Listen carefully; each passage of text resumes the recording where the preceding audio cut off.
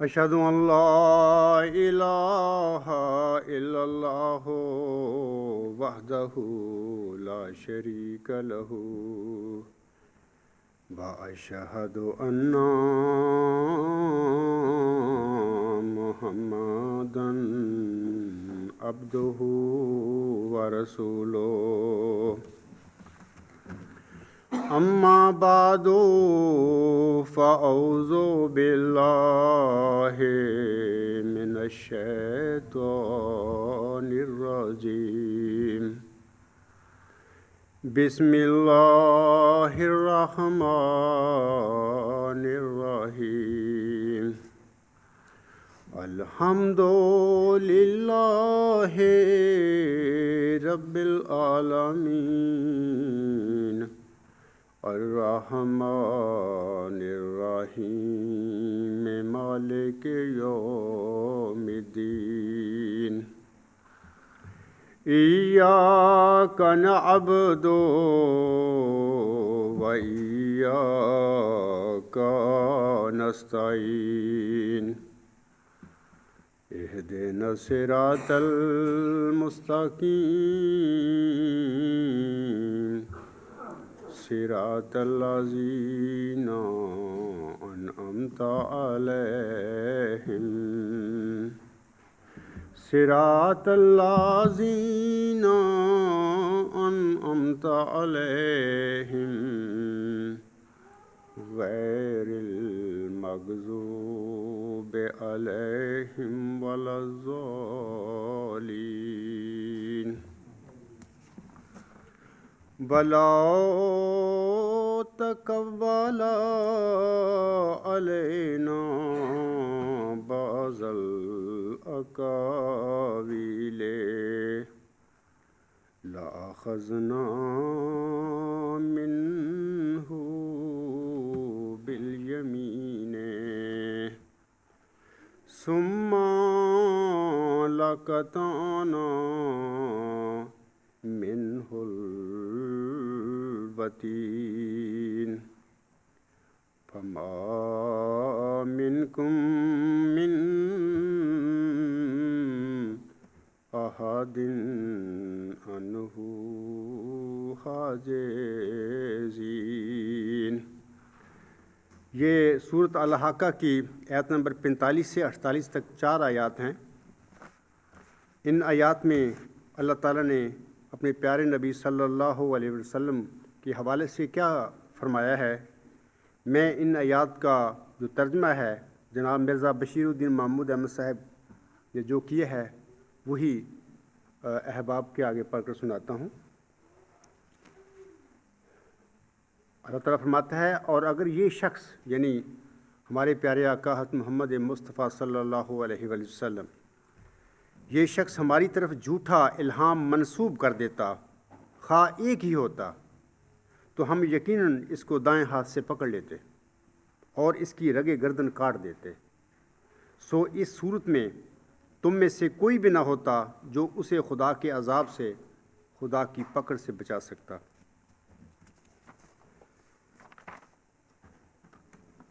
سامعین کرام، آج جو میری تقریر ہے اس کا عنوان جو ہے وہ یہ ہے کہ الہامی دعویٰ کے بعد 23 سال تک زندہ رہنا صداقت کا کامل معیار ہے۔ لیکن سب سے پہلے میں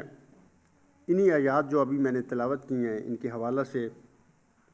امام مہدی و مسیح موعود الاسلام حضرت مرزا غلام الاسلام نے جو مختلف اپنی کتب میں جگہ میں فرمایا ہے، میں حضور اسلام کے چند اقتباسات آپ سب کو پڑھ کر سنانا چاہتا ہوں۔ حضور علیہ السلام تحفہ ضمیمہ تحفہ گل رویہ روحانی خزین جلد 17 صفحات 42 پر انہی آیات کے حوالہ سے فرماتے ہیں، خدا تعالیٰ قرآن شریف میں ایک شمشیر برہنہ کی طرح یہ حکم فرماتا ہے کہ یہ نبی اگر میرے پر جھوٹ بولتا اور کسی بات میں افترا کرتا تو میں اس کی رگ جان کاٹ دیتا، اور اس مدت دراز تک وہ زندہ نہ رہ سکتا۔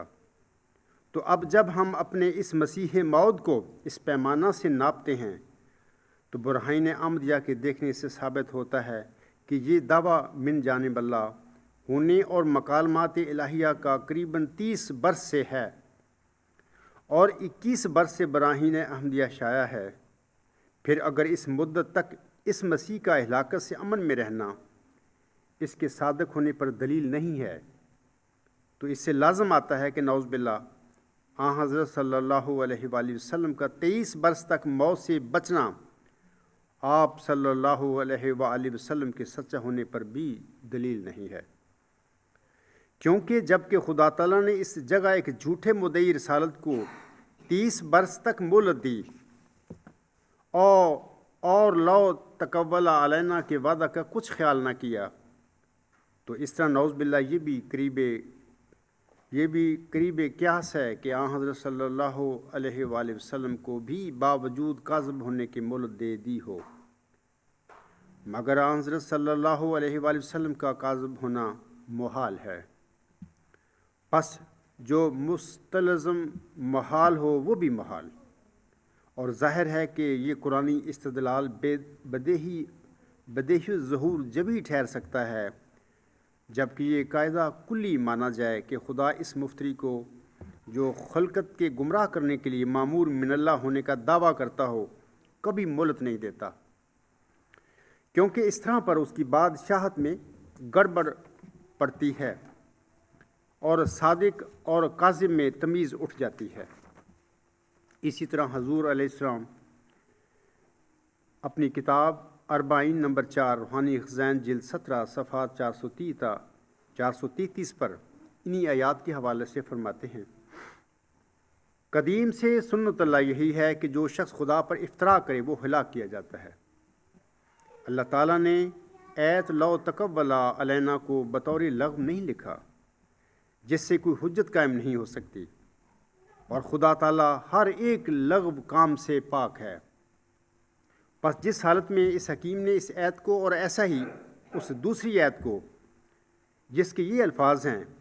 اذن لعذقنا ضعف الحیات و ضعف الممات، یعنی اگر یہ نبی صلی اللہ علیہ وآلہ وسلم ہمارے پر کچھ جھوٹ باندھتا تو ہم اس کو اس کی زندگی اور موت سے 2 چند عذاب چکھاتے۔ اس سے مراد یہ ہے کہ نہایت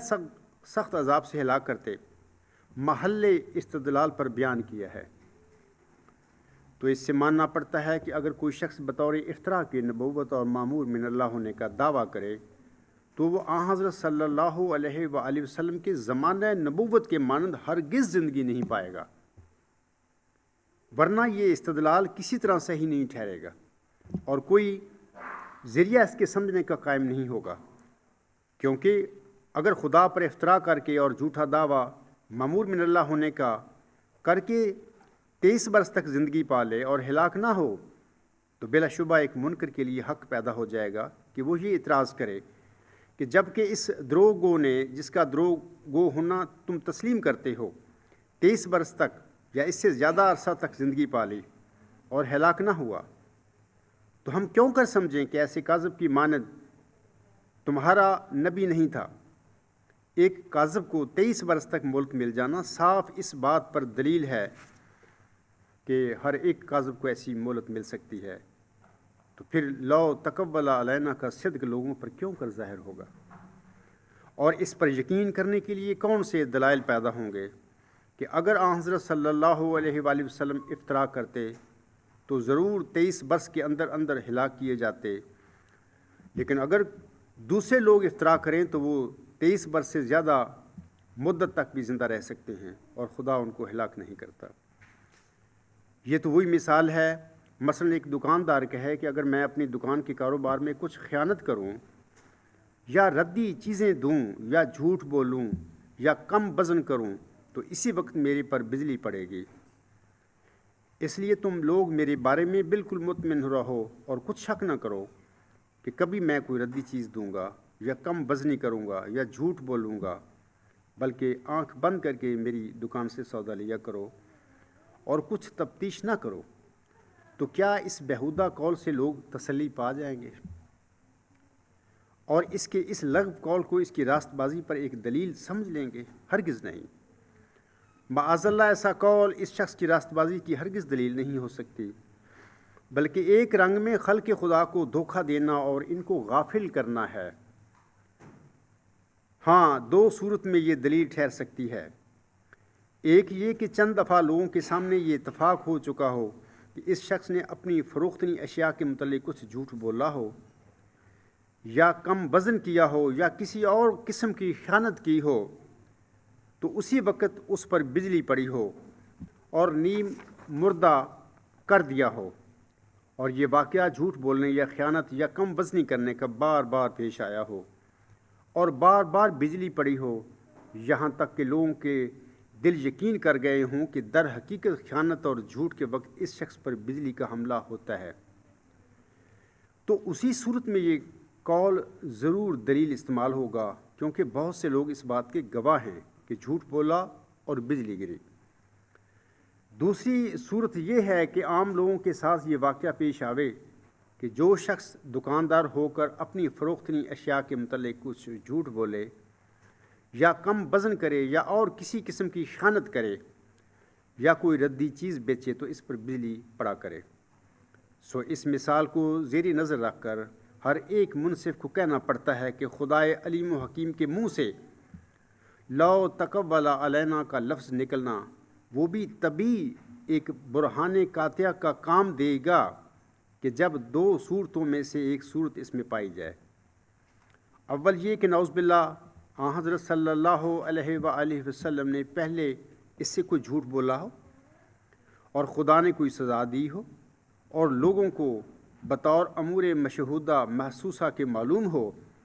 کہ آپ اگر خدا پر افترا کریں تو آپ کو سزا ملے گی، جیسا کہ پہلے بھی فلاں فلاں موقع پر سزا ملی۔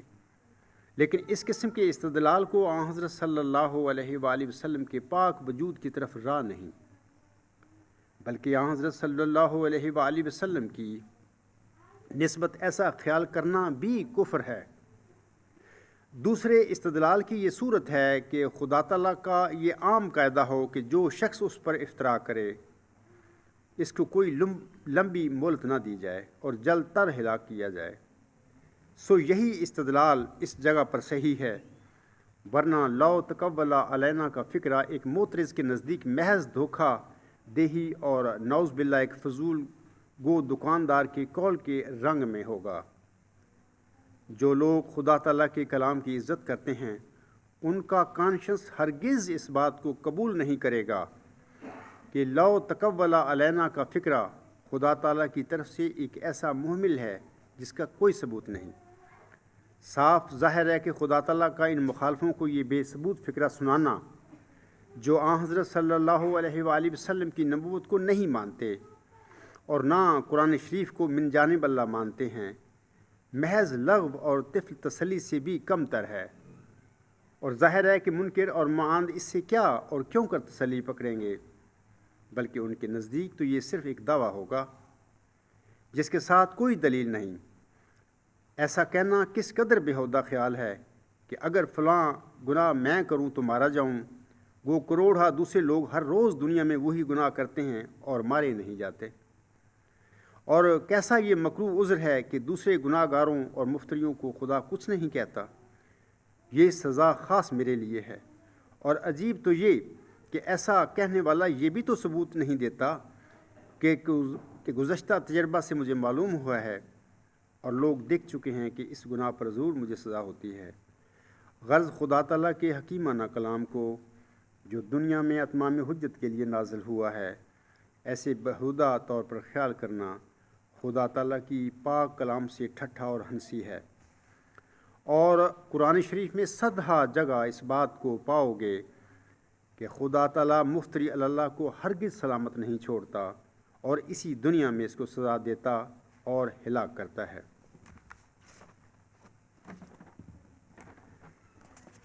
اسی طرح میں سامعین کے آگے حضور صاحب کا ایک اور اقتباس انہی آیات کے حوالے سے پڑھ کر سنانا چاہتا ہوں۔ یہ اقتباس حضور صاحب کا اربعین نمبر 4 روحانی خزین جلد 17 صفحات 434 تا 435 پر سے میں پڑھوں گا۔ حضور علیہ السلام فرماتے ہیں، خدا تعالیٰ قرآن شریف میں بار بار فرماتا ہے کہ مفتری اسی دنیا میں ہلاک ہوگا، بلکہ خدا کے سچے نبیوں اور مامورین کے لیے سب سے پہلی یہی دلیل ہے کہ وہ اپنے کام کی تکمیل کر کے مرتے ہیں اور ان کو اشاعت دین کے لیے مہلت دی جاتی ہے۔ اور انسان کی اس مختصر زندگی میں بڑی سے بڑی مہلت 23 برس ہیں، کیونکہ اکثر نبوت کا ابتدا 40 برس پر ہوتا ہے، اور 23 برس تک اگر اور عمر ملی تو گویا عمدہ زمانہ زندگی کا یہی ہے۔ اسی وجہ سے میں بار بار کہتا ہوں کہ صادقوں کے لیے حضرت صلی اللہ علیہ وآلہ وسلم کی نبوت کا زمانہ نہایت صحیح پیمانہ ہے،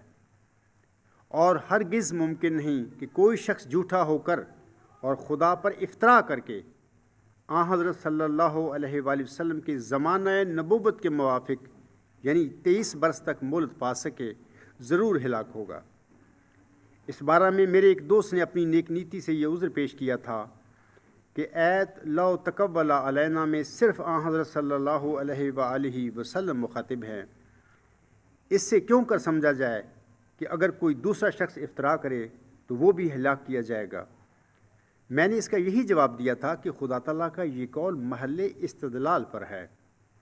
اور من جملہ دلائل صدق نبوت کے یہ بھی ایک دلیل ہے، اور خدا تعالیٰ کے قول کی تصدیق تبھی ہوتی ہے کہ جھوٹا دعویٰ کرنے والا ہلاک ہو جائے، ورنہ یہ قول منکر پر کچھ حجت نہیں ہو سکتا اور نہ اس کے لیے بطور دلیل ٹھہر سکتا ہے، بلکہ وہ کہہ سکتا ہے کہ حضرت صلی اللہ علیہ وآلہ وسلم کا 23 برس تک ہلاک نہ ہونا اس وجہ سے نہیں کہ وہ صادق ہے، بلکہ اس وجہ سے ہے کہ خدا پر افترا کرنا ایسا گناہ نہیں ہے جس سے خدا اسی دنیا میں کسی کو ہلاک کرے، کیونکہ اگر یہ کوئی گناہ ہوتا اور سنت اللہ اس پر جاری ہوتی کہ مفتری کو اسی دنیا میں سزا دینا چاہے تو اس کے لیے نظیریں ہونی چاہیے تھیں، اور تم قبول کرتے ہو کہ اس کی کوئی نظیر نہیں، بلکہ بہت سی ایسی نظیریں موجود ہیں کہ لوگوں نے 23 برس تک بلکہ اس سے زیادہ خدا پر افترا کی اور ہلاک نہ ہوئے۔ تو اب بتلاؤ کہ اس اعتراض کا کیا جواب ہوگا؟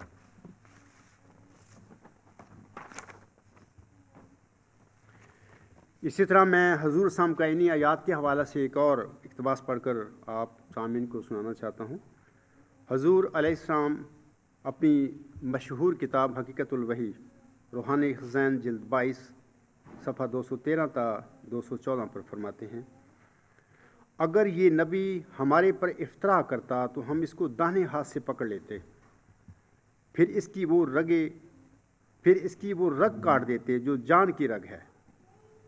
یہ ایت اگرچہ حضرت صلی اللہ علیہ وآلہ وسلم کے بارے میں نازل ہوئی ہے، لیکن اس کے معنوں میں عموم ہے، جیسا کہ تمام قرآن شریف میں بھی محاورہ ہے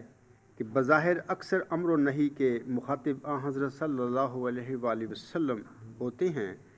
لیکن ان احکام میں دوسرے بھی شریک ہوتے ہیں، یا وہ احکام دوسروں کے لیے ہی ہوتے ہیں۔ حضرت صلی اللہ علیہ وآلہ وسلم کی نسبت جو فرمایا کہ اگر وہ ہمارے پر کچھ افترا کرتا تو ہم اس کو ہلاک کر دیتے، اس کا یہ مطلب نہیں ہے کہ صرف خدا تعالیٰ حضرت صلی اللہ علیہ وآلہ وسلم کی نسبت یہ غیرت اپنی ظاہر کرتا ہے کہ آپ صلی اللہ علیہ وآلہ وسلم اگر مفتری ہوتے تو آپ کو ہلاک کر دیتا، مگر دوسروں کی نسبت یہ غیرت نہیں ہے۔ اور دوسرے خواہ کیسا ہی خدا پر افترا کریں اور جھوٹے الہام بنا کر خدا کی طرف منسوب کر دیا کریں، ان کی نسبت خدا کی غیرت جوش میں نہیں مارتی۔ یہ خیال جیسا کہ غیر معقول ہے، ایسا ہی خدا کی تمام کتابوں کے برخلاف بھی ہے،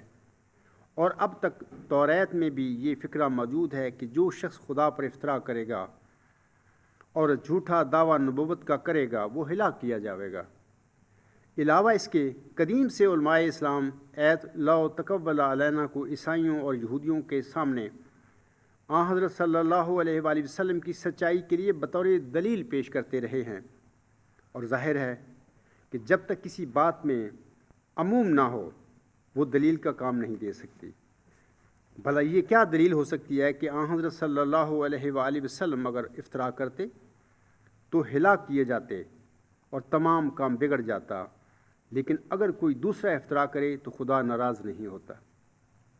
بلکہ اس سے پیار کرتا ہے اور اس کو آن حضرت صلی اللہ علیہ وآلہ وسلم سے بھی زیادہ مہلت دیتا ہے اور اس کی نصرت اور تائید کرتا ہے۔ اس کا نام دلیل تو نہیں رکھنا چاہیے، بلکہ یہ تو ایک دعویٰ ہے کہ جو خود دلیل کا محتاج ہے۔ یہ تو سامعین کرام حضور اسلام نے اپنی کتب میں مختلف جگہ پر سورۃ اللہ حقہ کی جو آیت میں نے شروع میں تلاوت کی ہیں ان کے حوالہ سے یہ باتیں ارشاد فرمائی ہوئی ہیں۔ تو اب میں سامعین کو اپنے دعویٰ کے سلسلے میں کچھ چند باتیں پیش کرنا چاہتا ہوں۔ سب سے پہلے تو میں آپ لوگوں کو بتانا چاہتا ہوں کہ خاکسار کی پیدائش جو ہے غالباً 10 مارچ 1954 کو موضع ڈاور میں اپنی زمین پر ایک حویلی میں ہوئی تھی، ایک کچے مکان میں۔ تو اس کے بعد میری والدہ اور میرے بھائیوں نے مجھے اسکول کا راستہ دکھا دیا،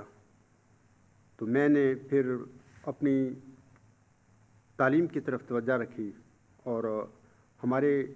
ذمہ داروں کے ماحول میں کاشتکاری کے حوالے سے بڑے کام ہوتے ہیں۔ میرے بھائیوں نے مجھے ان سے بری و ذمہ قرار دے دیا اور کہا کہ تم نے صرف علم حاصل کرنا ہے اور اپنی تعلیم کی طرف دھیان دینا ہے۔ تو میں علم کے حصول کے لیے مسلسل محنت کرتا رہا اور میرا خاص کر بڑا بھائی جو ہے عبدالسلام جو ہے وہ میرے دل میں ہمیشہ علم کے لیے مطلب کہ شوق پیدا کرتے رہتے تھے۔ اس طرح سامعین کرام میں نے اپنی پونے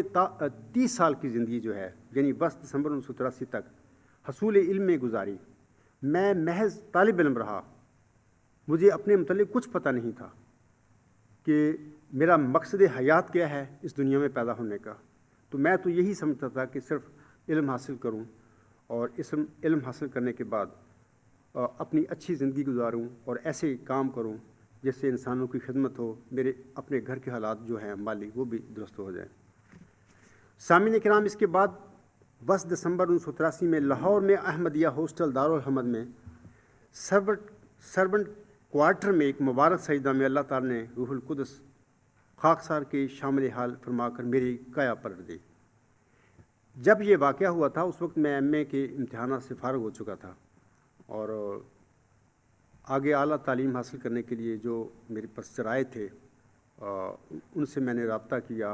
اور جو اعلیٰ تعلیم کے لیے پہلے بنیادی جو باتیں ہوتی ہیں ضروریات تھیں وہ میں پورے کر رہا تھا اس وقت جس وقت یہ واقعہ میرے ساتھ ہو گیا۔ سامعین کرام یہی وہ لمحہ تھا یا اسی مبارک سجدہ میں محمدی مریم حضرت مرزا غلام علیہ السلام کے مئو ذکی غلام کی روحانی پیدائش ہوئی تھی۔ اس سجدہ میں اللہ تعالیٰ کا علم دینے اور اس میں ہمیشہ غالب رہنے کا یہیں پر مجھ سے وعدہ ہوا۔ سجدہ سے اٹھنے کے بعد اللہ تعالیٰ نے مجھے بتایا تھا کہ اے عبدالغفار، اب تو نے اپنے علم کے حصول کے لیے کسی جگہ پر بھی مالی مدد کے لیے ہاتھ نہیں پھیلانے، اب میں تجھے علم دوں گا اور تو لوگوں کو لاجواب کر دے گا۔ بعد ازاں سامعین کرام محمدی مریم اپنے مئو ذکی غلام کو اپنی گود میں لیے پھرتی رہی۔ یہ ساری تمثیلی باتیں میں آپ لوگوں کو بتا رہا ہوں، ایک روحانی عالم کی باتیں ہیں۔ اور پھر اس نے اپنے مئو ذکی غلام کو انگلی پکڑ کر چلنا سکھایا، حتیٰ کہ 10 سال کے بعد محمدی مریم کا مئو ذکی غلام تیز دوڑنے کے قابل ہو گیا۔ محمدی مریم حضرت مرزا غلام علیہ السلام نے اپنے مئو ذکی غلام کو پھر فرمایا کہ اے میرے روحانی پرزن، اب تو میری احمدیت میں جو دنیا دار اور گمراہ لوگوں نے گند ڈال دیا ہے، احمدیت کو اس گند سے صاف کر دے اور اس کے چہرے کے بدنما داغوں کو دور کر کے اس کا چہرہ روشن کر دے۔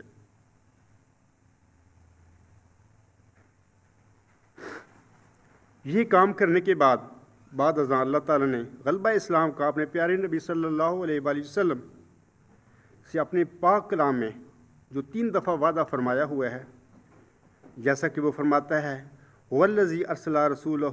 بالہدی ودین الحق لیظہرہ علی الدین کلہ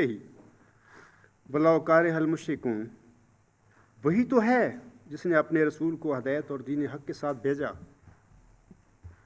تاکہ اس دین کو تمام دینوں پر غالب کرے، گو مشرکوں کو یہ بات بہت ہی بری لگے۔ اس کے بعد یہ جو احمدیت کے بدنما داغ احمدیت کے چہرے پر لگا دیے گئے ہیں کچھ لوگوں نے، دنیا دار لوگوں نے، اس کے صاف کرنے کے بعد اگلا جو مشن مجھے سونپا گیا ہے وہ یہی ہے کہ میں مختلف مذاہب کو علم کے دائرے میں لا کر ان پر دین اسلام کو غالب کر کے دکھاؤں گا انشاءاللہ تعالی۔ سامعین کرام،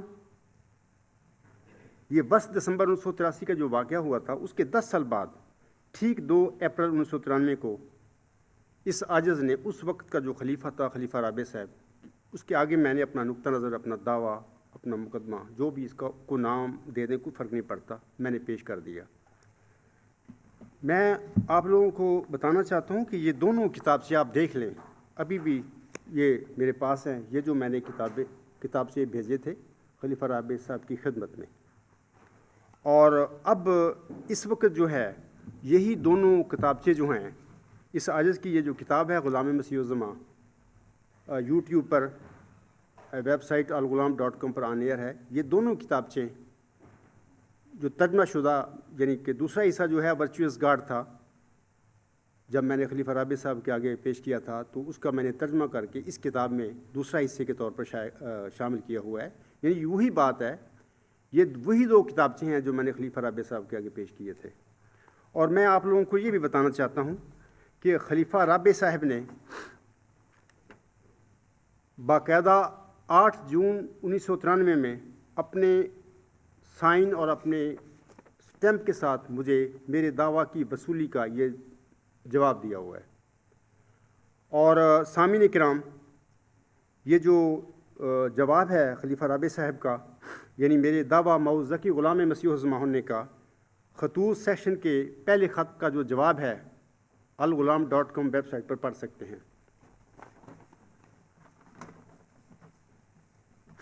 22 فروری 1997 کو خاکسار کا لکھا ہوا ایک تفصیلی خط میں نے خلیفہ رابع صاحب کے آگے پیش کر دیا تھا۔ یہ خط نمبر 2 جو ہے، مفصل خط جو ہے، اس کی وصولی کا بھی مجھے خلیفہ رابع صاحب سے جوابی خط موصول ہوا تھا، تو اس کے متعلق میں آپ لوگوں کو بتانا چاہتا ہوں کہ یہ جو میرا دوسرا مفصل خط تھا، اس کا جوابی خط جو ہے وصولی کا، وہ 15/3/1997 کا لکھا ہوا خلیفہ رابع صاحب کے سائن اور ان کی سٹیمپ کے ساتھ مجھے موصول ہوا۔ اور احباب جو ہیں، یہ خط بھی الغلام.com ویب سائٹ پر خطوط سیکشن میں خلیفہ رابع صاحب کا جوابی خط نمبر 2 پڑھ سکتے ہیں۔ پہلا خط جب میں نے لکھا تھا انہیں، جس میں میں نے اپنے دعویٰ کے حوالے سے 2 کتابچے ان کو بھیجے تھے، وہ خط بڑا مختصر سا ہے، آپ یوٹیوب پر الغلام.com ویب سائٹ پر وہ پڑھ سکتے ہیں۔ یہ دوسرا جو خط تھا یہ بڑا تفصیلی خط تھا، میں نے اپنے مقدمہ کو بڑی وضاحت سے ان کے آگے پیش کر دیا، اور میں نے اپنی دونوں خوابوں کا جو 1977 کے آخر یا 1978 کے شروع میں نے دیکھی تھیں، ان کا ذکر کر دیا، اور باقاعدہ بتا دیا کہ اللہ تعالیٰ نے مجھے ان دونوں خوابوں کی کیا تعبیریں بتائی ہیں۔ جب میں نے خواب دیکھے تھے مجھے کوئی پتہ نہیں، نہ مجھے اتنا شوق تھا کہ میں لوگوں سے پوچھتا ہوں علماء کے پاس جا کے ان کی تعبیریں کیا ہیں، کیونکہ میں تو ایک صرف طالب علم تھا اور میرا شوق محض حصول علم تھا، تو ان کی تعبیروں کا کوئی پتہ نہیں ہے، نہ میں نے کوشش کی جاننے کے لیے۔ 6 سال کے بعد، جیسا کہ میں نے ابھی 10 دسمبر 1983 کے مبارک سجدہ کا ذکر کیا ہے، اس سجدہ سے اٹھنے کے بعد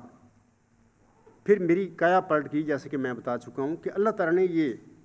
ان دونوں خوابوں کی مجھے تعبیریں بتا دیں اس وقت۔ یہ دارالحمد کی بات ہے، لاہور کی نا۔ تو یہ ساری باتیں میں نے خلیفہ رابع صاحب کو اپنے مفصل دوسرا خط جو ہے اس میں لکھ کر بھیج دیں، لیکن خلیفہ رابع صاحب نے بھی اس کا جواب دیا کہ مجھے آپ کا یہ خط مل گیا ہے وغیرہ وغیرہ۔ تو اس کے بعد خلیفہ رابع صاحب نے اپنے جو پروگرام تھے، اپنی بیٹی کا رشتہ انہوں نے کیا، اور میری دونوں خوابوں کی تعبیروں کو میں سمجھتا ہوں انہوں نے میری نفسانی خوابیں سمجھ کر اور ان کی طرف توجہ نہ دی۔ لیکن ہوا کیا کہ جب ان کی بیٹی کی شادی ہو چکی تو ان کی بیٹی جو یونیک شادی اس کی ہوئی تھی وہ 6 مہینے میں نہ نکال سکی، ان کے گھر واپس آ گئی۔ تو اس وقت خلیفہ رابع صاحب شدید ڈپریشن میں چلے گئے، بیمار ہو گئے۔ لوگوں کو پتہ ہے اس وقت MTA جو تھا، لوگ دیکھتے تھے اس کی صحت کو بھی۔ بہرحال اس کے بعد پھر 10 جولائی 1998 میں انہوں نے اپنی بیٹی کے جو شادی ناکام ہوئی تو اس کے متعلق کچھ باتیں بتائیں، اور میں نے اس کا مفصل اپنی الغلام.com ویب سائٹ پر کیا ہوا ہے کہ 10 جولائی 1998 کو جو کچھ انہوں نے اپنی بیٹی کے متعلق لوگوں کو بتایا سب جھوٹ پر مبنی تھا، سب کذب بیانی تھی، اس کا کوئی حقیقت سے تعلق نہیں تھا، کیونکہ وہ ہر چیز اس عاجز کے حوالے سے جماعت احمدیہ کے افراد سے چھپاتے پھر رہے تھے۔ بہرحال اس کے بعد پھر انہوں نے دوسری شادی کی اپنی بیٹی کی اور نام بدلا، اور یہ ساری باتیں آپ لوگوں کو پتہ ہوگا، تو میں ضمن یہ باتیں آپ لوگوں کو بتا رہا ہوں۔ اس کے بعد پھر میں آپ لوگوں کو بتانا چاہتا ہوں کہ خلیفہ رابع صاحب نے انٹرنیشنل جلسہ سالانہ جرمنی اگست 2001 کے موقع پر انہوں نے افتتاحی تقریر جو تھی خطبہ جمعہ میں انہوں نے کی تھی۔ اس افتتاحی تقریر میں خلیفہ صاحب نے مجھ پر حملہ کر کے اپنی خاموشی کو توڑا۔ انہوں نے کہا کہ میرے علم کے مطابق جرمنی میں بھی ایک شخص ہے جو کہ بیچارہ دماغی فطور میں مبتلا ہے، وہ بھی اپنے آپ کو زمانے کا مسلم مؤ سمجھتا ہے، حالانکہ اس کے 4 مرید بھی نہیں، 2-4 ایجنٹ ہوں گے باتیں کرنے والے۔ جماعت جرمنی گواہ ہے کہ اس کی کسی کو کوڑی کی بھی پرواہ نہیں ہے، وغیرہ وغیرہ۔ سامعین کرام، اس جلسہ سالانہ جو تھا 2001 کا، وہاں پر میں بھی حاضر ہوا تھا، میں گیا تھا اٹینڈ کرنے کے لیے، لیکن بہرحال میں نے وہاں پر جب گیا لیٹ گیا تھا، میں یہ خطبہ ڈائریکٹ براہ راست نہیں سن سکا تھا، لیکن لوگوں نے مجھے بتایا، یہ جو میرے عزیز تھے جو جانتے تھے میرے معاملے کو، انہوں نے مجھے بتا دیا کہ بالواسطہ آپ کے متعلق خلیفہ صاحب نے کچھ باتیں کی ہیں۔ میں نے کہا ٹھیک ہے، میں سنوں گا ان کی باتیں۔ اس کے بعد سامعین کرام، میں نے 2 مئی 2002 کے خط لکھا، لیکن اس کو پوسٹ میں نے خلیفہ رابع صاحب کو 10 جون 2002 کو کیا۔ اس خط میں یہ بھی ایک تفصیلی خط ہے، خط نمبر 3 ہے، الغلام.com ویب سائٹ پر آپ پڑھیں، یہ مفصل خط ہے۔ اس میں میں نے خلیفہ رابع صاحب سے جو انہوں نے اس عاجز کے متعلق 2001 کے جرمنی کے جلسہ سالانہ میں انہوں نے میرے متعلق یہ باتیں کی تھیں، میں نے یہ باتیں ان کے آگے رکھ کے کچھ سوال پوچھے، اور ساتھ ہی میں نے یہ جو کتاب ہے میری، یہ میں نے اس وقت انٹرنیٹ پر آن ایئر ہے کتاب غلام مسیح الزمان، یہی کتاب، اس میں مقدمہ بھی شامل تھا اس میں، اور تینوں خط میں نے پہلا اور دوسرا اور تیسرا خط میں نے اس میں شامل کیا ہوتا۔ اس وقت جو الغلام.com پر یہ کتاب غلام مسیح الزمان آن ایئر ہے، یہ بالکل یہی کتاب میں نے خلیفہ رابع صاحب کی خدمت ہے اپنے تیسرے خط کے ساتھ ان کو پیش کر بھیج دی۔ جب میں نے 10 جون 2002 کو اپنا یہ مقدمہ جو ہے یا نقطہ نظر جو ہے دوسری دفعہ خلیفہ رابع کے آگے پیش کیا، میرا خط اور میری کتاب وصول کرنے کے بعد خلیفہ رابع صاحب تیسرے جمعہ یعنی مورخہ 5 جولائی 2002 کو وہ غصہ میں ڈائس پر گر پڑے۔ شدید ان کا اس وقت عجیب حال تھا، وہ چلا نہیں جاتا تھا ان کا۔ اس زمانے کے اگر خطبات آپ کو میسر آئیں تو سنیں، بڑے چھوٹے چھوٹے 5-5 10-10 منٹ کے خطبے ہو گئے تھے تو چل نہیں سکتے تھے۔ یہ سارا جو معاملہ تھا، اصل میں یہ سمجھتا ہوں کہ یہ معاملہ ایسا ہی تھا جیسے کہ کوئی بندہ کسی کا جھوٹ رنگے ہاتھوں پکڑ لے اور اس کے سر پر آ کھڑا ہو جائے کہ تم یہ کیا کر رہے ہو۔ تو یہ حالت تھی جناب خلیفہ رابع صاحب کی، اور اندر ان کے بڑا غصہ تھا۔ ان لوگوں کی ایک بیماری ہے نفسیاتی کہ یہ سمجھتے ہیں کہ جو ہم کہہ دیتے ہیں بس وہی حق ہے، حالانکہ کسی انسان کو جو متقی انسان ہو اس کو اپنے اندر اتنی جرأت ہونی چاہیے اور اتنا اس کو رکھنا چاہیے، اپنے اندر اتنا احساس ہونا چاہیے اس کے کہ اگر یہ میں بات کہہ رہا ہوں ٹھیک ہے، میں سچی کہہ رہا ہوں، میں جانتا ہوں کہ یہ صحیح ہے، لیکن یہ بھی ہو سکتا ہے کہ خدا کے علم میں یہ غلط ہو، اور کوئی ایسا انسان بھی دنیا میں پیدا ہو سکتا ہے کہ جو دلائل کے ساتھ میری ان باتوں کو جس کو میں سمجھ رہا ہوں سچ، ان کو غلط ثابت کر دے۔ لیکن ان لوگوں میں یہ معاملہ ہے ذہنی طور پر کہ یہ نہیں جو ہم بات کہتے ہیں وہ غلط کیسے ہو سکتی ہے، یہ سب جھوٹ ہے۔ انسان انسان ہے، اللہ کی ذات ہی کسی قسم کی کمزوری سے پاک ہے، اس کی باتیں ہی ہمیشہ کے لیے سچ ہوا کرتی ہیں۔ انسان ہے، خواہ نبی کیوں نہیں ہے، وہ بھی اگر کسی اپنی پیشگوئی کے بارے میں، کسی الہام کے بارے میں اجتہاد کرنا چاہے تو امکان ہے کہ اس کے غلطی واقع ہو سکتی ہے۔ صرف اللہ تعالیٰ کی ذات جو ہے پاک، وہ غلطیوں سے پاک ہے۔ تو یہ باتیں تھیں کہ جب میں نے مقدمہ ان کے آگے بھیج دیا تیسری خط کے ساتھ، تو اس کا 3.5 ماہ کے بعد بڑی سوچ بچار کے بعد پھر انہوں نے مجھے جواب لکھا، اور مجھے نہیں پتہ کہ اتنی دیر انہوں نے کیوں لگائی۔ بہرحال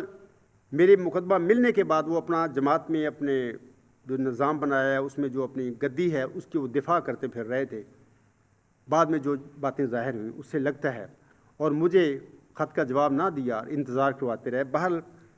انہوں نے 3.5 مہینے کے بعد یہ 21 اگست 2002 کو ان کے پرائیویٹ سیکرٹری جو تھے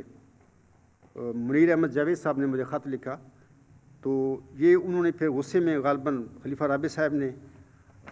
مجھے جواب نہیں دیا بلکہ پرائیویٹ سیکرٹری کو کہہ دیا۔ یہ تیسرا جوابی خط بھی خلیفہ رابع صاحب کا الغلام.com پر خطوط سیکشن میں دوست پڑھ سکتے ہیں، یہ میں دکھا بھی رہا ہوں۔ سامعین کرام، 5 دسمبر 1986 کے خطبہ جمعہ میں خلیفہ رابع صاحب کہتے ہیں، ہمیشہ دلائل میں اور گفتگو میں وہ شخص ڈگمگاتا ہے جو کہیں جا کر خود ابہام کا شکار ہو جاتا ہے، تو لا علمی اور مضمون کی معرفت میں کمی دلائل کی دنیا میں قدم کو ڈگمگاتی ہے اور اسی حد تک اس سے ثبات قدم چھین لیتی ہے۔ سامعین کرام، میرا دوسری دفعہ جب میں نے 10 جون 2002 کو اپنا مقدمہ، اپنا دعویٰ خلیفہ رابع صاحب کے آگے پیش کیا تو ان کے قدموں میں کوئی ثبات نہیں تھا، وہ ڈگمگاتے پھر رہے تھے۔ لیکن عجیب بات ہے کہ وہ اصل حقیقت کو لوگوں سے چھپاتے پھر رہے تھے، حالانکہ ایک ذمہ دار انسان جو ہو، ایک بڑی روحانی جماعت کا، ایک مذہبی جماعت کا سربراہ ہو، وہ کہتا ہو کہ میں خلیفۃ المسیح رابع ہوں، اس کو چاہیے تھا کہ یہ جو مدعی اس کے آگے کھڑا تھا اس کا مقدمہ لوگوں کو بتاتے کہ یہ ایک ایسا بندہ ہے جس نے میرے آگے یہ دعویٰ پیش کیا ہے۔ لیکن آخری سانس تک اس دنیا میں انہوں نے میرے دعوے کو چھپائے رکھا لوگوں سے، اور اپنے وہ جمع تفریق جو بھی ہے اپنی گدی کی، جو گدی میں سمجھتا ہوں خلافت کے نام پر یہ گدی ہے اور کچھ بھی نہیں ہے، اس کا دفاع کرتے رہے اور ایسے کام کرتے رہے کہ لوگ لا علم رہیں اور اس عاجز کے دعویٰ سے واقف نہ ہوں۔ بہرحال خلیفہ رابع صاحب کی موت، سامعین کرام، اور میرے دعویٰ کے بعد اس کی جو جسمانی کیفیات جو ہے، میں اس کا یہاں پر کیوں خوشی سے ذکر نہیں کر رہا بلکہ افسوس سے کر رہا ہوں۔ یہ تذکرہ اس لیے بھی ضروری ہے کہ افراد جماعت جان سکیں کہ اس کے مرنے سے پہلے اس کی جسمانی کیفیت نے اس کے اپنے بیان فرمودہ معیار کے مطابق نہ صرف میری سچائی پر مہر تصدیق ثبت فرمائی بلکہ خلیفہ صاحب کے جھوٹے دعویٰ، خلیفہ ثانی کے جھوٹے دعویٰ مسلم موعود کا بھی پول کھول دیا۔ میرے تیسرے خط کے بعد خلیفہ رابع صاحب 1 سال بھی زندہ نہ رہ سکا۔ احمدی حضرات جانتے ہوں گے کہ خلیفہ رابع صاحب مرعوب اور متاثر ہونے والا نہیں تھا بلکہ وہ مرعوب اور متاثر کرنے والا تھا۔ جب محمدی مریم کا موذکی غلام یعنی یہ عاجز نہ صرف اپنے الہامی ثبوت بلکہ اسی کی لاشعوری تصدیق کے ساتھ اس کے آگے آ کر کھڑا ہو گیا تو پھر اسے مرنے کے لیے زمین بھی جگہ نہیں دے رہی تھی، یعنی خلیفہ رابع صاحب کو۔ 10 جون 2002 کے بعد خلیفہ رابع صاحب کی جسمانی اور ذہنی حالت کا اندازہ MTA پر افراد جماعت نے کیا ہوا ہے۔ اگر آپ لوگوں کو اس زمانے کے یہ کیسٹ مل جائے تو آپ دوبارہ دیکھیں، اور جو میں باتیں کہہ رہا ہوں ان کو پرکھیں کہ جو میں کہہ رہا ہوں بالکل سچ کہہ رہا ہوں۔ میرے دعویٰ کے بعد وہ میری سچائی سے اتنا مرعوب اور خوف زدہ ہو چکا تھا کہ اس کے قدموں میں کوئی ثبات نہیں تھا، وہ ڈگمگا چکا تھا۔ احباب جماعت جانتے ہیں کہ اس وقت اس سے چلا بھی نہیں جاتا تھا۔ دیکھو مجھے جو دیدہ عبرت نگاہ ہو۔ خلیفہ صاحب کے اپنے بیان کے مطابق صادقوں کے قدموں میں ثبات ہوتا ہے اور وہ جھوٹوں کے آگے ڈائسوں پر گرا نہیں کرتے، بلکہ جھوٹے سچوں کے آگے ڈائسوں پر گرا کرتے ہیں۔ اگر خلیفہ رابع صاحب اپنے باپ کے مسلم موعود ہونے کے عقیدہ میں سچے تھے سامعین کرام، تو پھر وہ ڈائسوں پر کیوں گرتے پھر رہے تھے؟ گرنا تو اس عاجز کو چاہیے تھا جو ان کے نظر میں نعوذ باللہ من ذالک جھوٹا تھا۔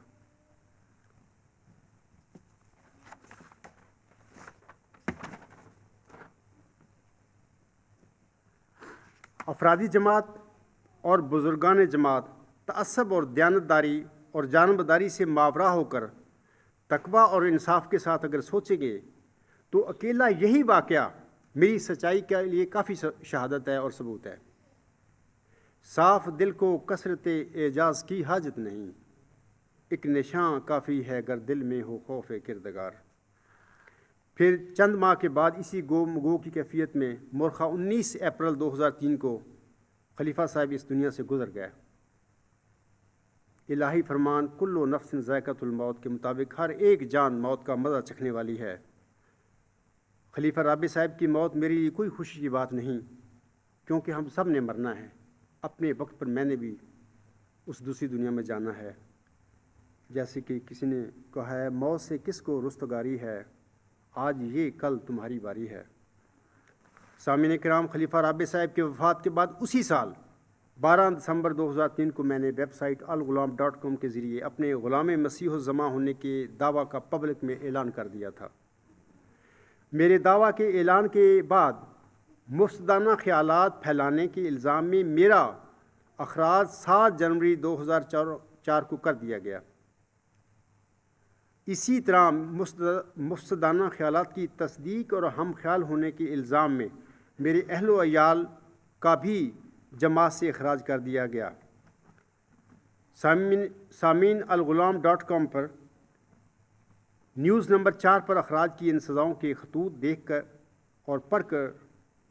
خود اندازہ کر سکتے ہیں کہ میرا نقطہ نظر جب میں نے اس کا الغلام.com کے ذریعے لوگوں پر میں عام کیا تو ان لوگوں نے مجھے کیا کیا سزائیں دی۔ یہ دونوں اس عاجز کا بھی اخراج میں دکھا رہا ہوں آپ لوگوں کو، اور میرے اہل و عیال کا بھی۔ یہاں پر میں سوال یہ کرتا ہوں آپ لوگوں سے کہ اگر یہ میرا نقطہ نظر دلیل کے ساتھ جو میں نے پیش کیا، اگر یہ مفسدانہ خیال تھا، تو اس عاجز سے پہلے حضرت مرزا صاحب سامنے 100 سال پہلے ایک امت کا ختم نبوت کے بارے میں ایک عقیدہ تھا، اور اسی طرح حیات مسیح عیسیٰ ابن مریم کے بارے میں ایک پورا عقیدہ تھا، لیکن حضرت مرزا صاحب علیہ السلام نے بالکل ان عقائد کو از روئے قرآن کریم غلط ثابت کر دیا۔ اگر میں نے خلیفہ ثانی صاحب کے دعویٰ مسلم موت کو قطعی طور پر قرآن کریم اور مبشر الہامات جو محمدی مریم پر نازل ہوئے تھے ان کی روشنی میں غلط ثابت کر دیا تھا، اور اگر یہ جو خلیفہ صاحب ہیں اس وقت مرزا مسعود صاحب یا اس کی علماء یا اس کا جماعت، ان کی نظر میں یہ ایک مفسدانہ فعل تھا، تو خاکسار سے پہلے حضرت مرزا غلام صاحب کا جو فعل تھا، جو انہوں نے کہا تھا کوئی نبوت ختم نہیں ہے، نبوت جاری و ساری ہے، اور اس طرح عیسیٰ ابن مریم قطعاً زندہ نہیں ہیں، نہ وہ آسمان پر گئے ہیں، تو اس کے متعلق خلیفہ صاحب کیا کہیں گے، یا دنیا کیا کہے گی، یا محمودی جماعت کے لوگ کیا کہیں گے؟ کیا وہ مفسدانہ فعل نہیں تھا پھر؟ اور اس سے بھی پہلے 1500 سال پہلے جب محمد عربی صلی اللہ علیہ وسلم کو اللہ تعالیٰ نے مامور من اللہ کے طور پر کھڑا کیا تھا، تو مکہ میں جو لوگ تھے جن کا لیڈر عمر بن حشام تھا، بڑے مطمئن تھے، وہاں پہ بڑا ان کا نظام چل رہا تھا، آن حضرت صلی اللہ علیہ وسلم کی اس دعوی ماموریت کو پھر ہم کیا کہیں گے؟ کیونکہ عمر بن حشام کہتا تھا اس زمانے میں کہ محمد صلی اللہ علیہ وسلم نے گھر گھر میں لڑائی کروا دی ہے ہماری، ہم بڑے مطمئن تھے، اتفاق تھا، اب بٹ گئے ہیں ہم لوگ۔ اسی طرح مسیح عیسیٰ ابن مریم علیہ السلام 2000 سال پہلے جب یہودیوں میں نازل ہوئے تھے تو اس وقت بھی یہی معاملہ پیدا ہو گیا تھا کہ تفریق پیدا ہو گئی تھی۔ تو کیا ان سب جو انبیاء مجھ سے پہلے مرسلین دنیا میں آئے تھے، کیا ان کے دعوی نعوذ باللہ من ذالک ان کے یہ کیا مفسدانہ فعل تھے؟ اگر تھے تو پھر مجھے بھی کہہ دو، لیکن اگر ان کے دعوی مفسدانہ فعل نہیں تھے تو تم کس دلیل پر اس عاجز کے نقطہ نظر کو یا دعویٰ کو مفسدانہ خیال کر کے اس عاجز کو مرزا صاحب علیہ السلام کی جماعت سے تم نے نکالا ہے؟ اور اس طرح میرے اہل ویال کو یہ کہہ کر کہ وہ آپ کے مفسدانہ خیالات کی تصدیق کرتے ہیں، ہم خیال ہیں، ان کو نکال دیا۔ حالانکہ میری بیوی نے کہا تھا، اس ریجنل امیر جو تھا اس کا فون آیا، اس نے پوچھا تھا کہ آپ اپنے خاوند کے ساتھ ہیں یا جماعت کے ساتھ ہیں ہمارے ساتھ؟ میری بیوی نے کہا تھا کہ اگر میرے خاوند کے 2 سوالوں کے آپ جواب دے دیں میں اس کو پکڑ کے آپ کے پاس لے کے آؤں گی۔ لیکن اس نے کہا کہ جو ہم نے جواب دینے سے دے دیے، نہیں وہ جواب نہیں تھے، انہوں نے ڈرایا دھمکایا، وارننگ دی، اخراج کی دھمکیاں دی۔ تو دیکھو یہ باتیں دنیا میں ہمیشہ جو جھوٹے لوگ ہوتے ہیں یہی کرتے ہیں۔ فرعون نے بھی یہی کام کیا، ابو جہل نے بھی یہی کام کیے، یزید نے بھی یہی کام کیے۔ تو جو صادق ہوتے ہیں جنہیں اللہ تعالیٰ مامور بنا کر کھڑا کرتا ہے تو اس قسم کے کاذبوں کی دھمکیوں سے وہ مروب نہیں ہوا کرتے، نہ وہ اپنے سچائی کو چھوڑتے ہیں۔ بہرحال تو یہ جو باتیں ہیں میں آپ لوگوں کو میں نے بتائی ہیں۔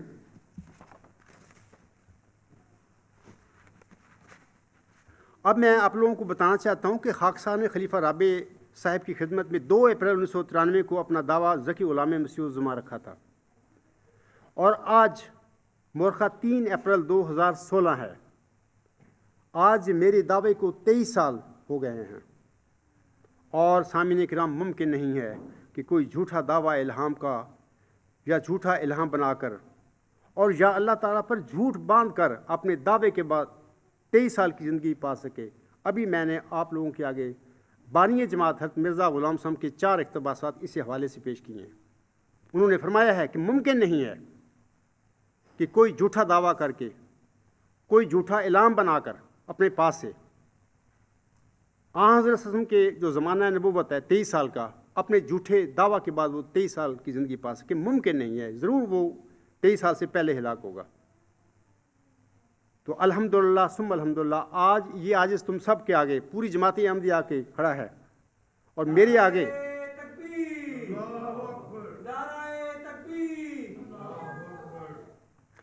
آگے میری زندگی میں خلیفہ رابع صاحب، جس کو کہ بڑا جماعت احمدیہ کو اس کے متعلق یہ ہے کہ وہ بڑے دلیر اور بڑے زبردست خلیفہ تھے، میرے آگے اس عاجز کے آگے میں تو کچھ بھی نہیں، یعنی محمدی مریم کے مئو ذکی غلام کے آگے ڈائسوں پر وہ گرتے پھر رہے تھے۔ اور اس کے بعد جب میرا دعویٰ پبلک میں اعلان ہو گیا تو اس وقت سے لے کر آج تک 13واں سال شروع ہے۔ ان کا خلیفہ جو موجود ہے وہ خلیفہ نہیں ہے بلکہ یہ گدی نشین ہے، اپنے جو قبرستان انہوں نے بنایا ہوا ہے جماعت احمدیہ کو، اس کا والی جو ہے، اس کا 5واں والی ہے، وہ بھی اس کی بھی زبان بند ہے، گنگ ہے، اور اس کے علماء مولوی جو ہیں اور اس کا نظام سارے میرے آگے خاموش کھڑے ہوئے ہیں۔ صرف ان کے دھندے یہ ہیں کہ اس عاجز کا، میرے اہل و عیال کا، میرے ساتھیوں کا، حضرت مرزا صاحب علیہ السلام کی جماعت سے جس پر ان لوگوں نے قبضہ کیا ہوا ہے طاقت سے، اسے خارج کرتے پھریں اور ہمارے مقاطع کرتے پھریں، یہ کام کرتے پھر رہے ہیں۔ میں تم سے پوچھتا ہوں کہ خود فیصلہ کرو کہ کیا یہ جو کام کر رہے ہیں کیا یہ صادقوں کے کام ہوتے ہیں؟ کیا روحانی جماعت یا مذہبی جماعتیں جو سچی جماعتیں ہوتی ہیں ان کے سربراہ یہ کام کیا کرتے ہوتے ہیں؟ ہرگز نہیں۔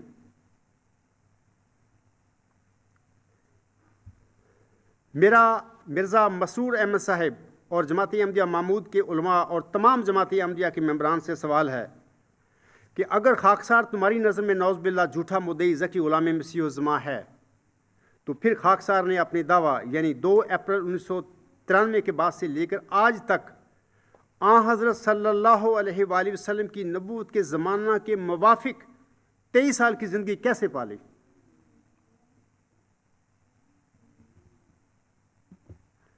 دوستو، ایک نظر خدا کے لیے، سید الخلق مصطفیٰ کے لیے۔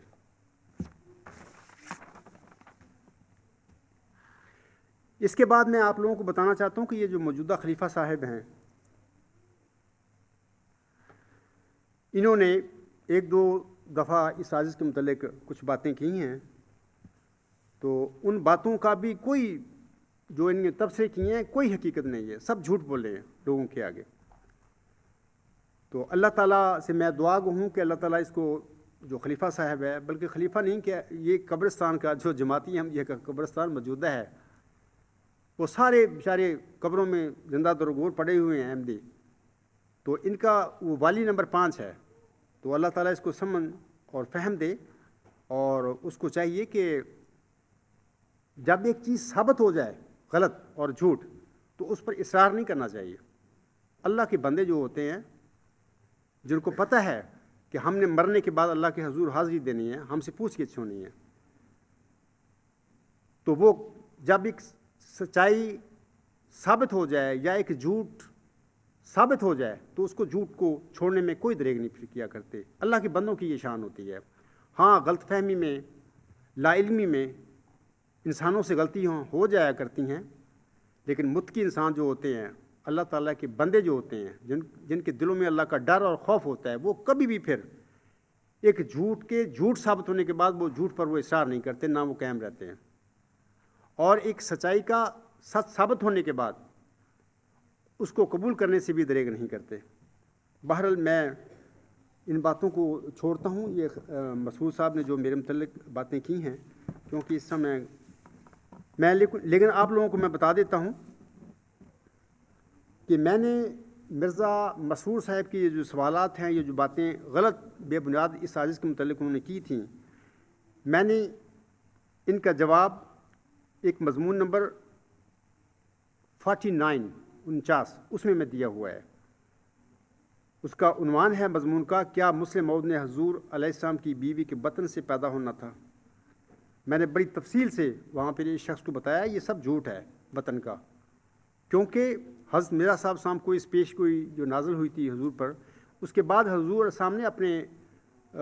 خاص جو ان کا ساتھی تھا، شاگرد تھا، مولوی نور الدین رضی اللہ تعالیٰ عنہ کو ایک خط لکھا تھا، اور اس خط میں انہوں نے اپنے ایک کشف کا ذکر فرمایا تھا، اور اس کشف میں 4 پھلوں کا ذکر فرمایا تھا، اور کہا تھا کہ 3 تو عام تھے اور ایک سبز رنگ کا بڑا پھل تھا، اور انہوں نے فرمایا تھا کہ یہ سبز رنگ کا پھل جو ہے وہی موعود لڑکا ہے، روحانی فرزند ہے۔ اور انہوں نے یہ بھی فرمایا تھا پھر اس خط میں کہ یہ جو ہے لڑکا، یہ موجودہ جو اہلیہ ہے حضرت نصرت جہاں بیگم رضی اللہ تعالیٰ عنہا کے بطن سے نہیں ہوگا، بلکہ ایک تیسری شادی مجھے کرنی پڑے گی۔ تو پھر بعد ازاں ہم دیکھتے ہیں، سب لوگوں کو پتہ ہے کہ وہ تیسری شادی نہ ہوئی، اور میں نے بڑی تفصیل سے اس کے متعلق مضامین لکھے ہوئے ہیں کہ اس تیسری بیوی سے مراد آپ کی جماعت تھی، اس جماعت میں سے وہ موعود جو ذکی غلام ہے، روحانی فرزند تھا محمدی مریم کا، اس نے پیدا ہونا تھا۔ تو بہرحال اللہ تعالیٰ ان کو سمجھ دے، مسرور صاحب کو بھی، اور اتنا اس معاملے کو ہلکا نہ سمجھیں کہ ہم سے پوچھ گچھ نہیں ہوگی۔ یقیناً اس سے اور باقی جماعت سے بھی سب لوگ جو ہیں اس عاجز کے دعوے کے متعلق پوچھا جائے گا ان کے مرنے کے بعد۔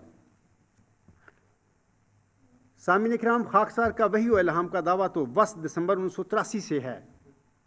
اور مجھے مبارک سجدہ سے اٹھنے کے بعد اسی دن یا اگلے دن جو پہلا الہام ہوا تھا وہ ورچوئس گاڈ ہے۔ لیکن جماعت احمدیہ کے خلیفہ رابع صاحب کے آگے اپنا دعویٰ پیش کرنے سے لے کر آج یعنی مورخہ 3 اپریل 2016 کو خاکسار کے دعوے کو 23 سال ہو گئے ہیں، اور اس طرح اللہ تعالیٰ نے اپنے پیارے اور عظیم نبی حضرت محمد مصطفیٰ صلی اللہ علیہ وآلہ وسلم کی نبوت کی میعاد یعنی 23 سال کا عرصہ خاکسار کو عنایت فرما کر میرے دعویٰ موعود ذکی غلام مسیح الزمان کی سچائی پر تصدیقی مہر ثبت کر دی ہے۔ ذالک فضل اللہ یؤتی ہے من یشاء واللہ ذو الفضل العظیم۔ سامعین کرام، شرح العقائد کی شرح النبراس میں 23 سالہ میعاد کی وجہ کا حوالہ دیتے ہوئے جماعت احمدیہ مامود کے ایک سابقہ جید مولوی مولانا ابوالعطا صاحب اپنی کتاب تفہیمات ربانیہ کی صفحہ 21 اور 20 پر لکھتے ہیں، وہ یہ حوالہ دیتے ہیں کسی کا، فَإِنَّ النَّبِي صلی اللہ علیہ وسلم بُعِثَ وَعُمْرَهُ 40 سنة وتوفى وعمرہ 63 سنة علی الصحیح۔ وہ لکھتے ہیں کہ رسول اللہ صلی اللہ علیہ وآلہ وسلم 40 برس کی عمر میں، یعنی مولوی ابوالعطا صاحب کا میں حوالہ پیش کر رہا ہوں، ان کی کتاب جو مشہور کتاب ہے جماعت محمود میں تفہیمات ربانیہ، وہ کہتے ہیں کہ رسول اللہ صلی اللہ علیہ وآلہ وسلم 40 برس کی عمر میں مبعوث ہوئے اور 63 سال کی عمر میں حضور صلی اللہ علیہ وآلہ وسلم کا وصال ہو گیا۔ گویا حضور صلی اللہ علیہ وآلہ وسلم بعد وہی 23 برس تک زندہ رہے۔ آگے وہ کہتے ہیں کہ یہ صداقت کا کامل معیار ہے، یعنی جو مدعی وحی و الہام اتنا عرصہ مولد پالے وہ یقیناً سچا ہے۔ محمدی مریم حضرت مرزا غلام علیہ السلام نے اپنے الہامی دعویٰ کے بعد 23 سالہ میعاد پانے کو اپنی صداقت کے لیے سامعین کرام معیار پیش کیا تھا، جیسا کہ میں نے ابھی ان کے اقتباسات بھی پڑھ کر سنائے ہیں آپ لوگوں کو، اور آج خاکسار بھی اپنی صداقت کے حق میں یہی 23 سالہ معیار آپ سب کے آگے پیش کرتا ہے، جیسا کہ حضور صاحب فرماتے ہیں ایک جگہ اپنے منظوم کلام میں، مفتری ہوتا ہے آخر اس جہاں میں روح سیا، مفتری ہوتا ہے آخر اس جہاں میں روح سیا، جل تر ہوتا ہے برہم افطرا کا کاروبار، افطرا کی ایسی دم لمبی نہیں ہوتی کبھی، جو ہو مثل مدت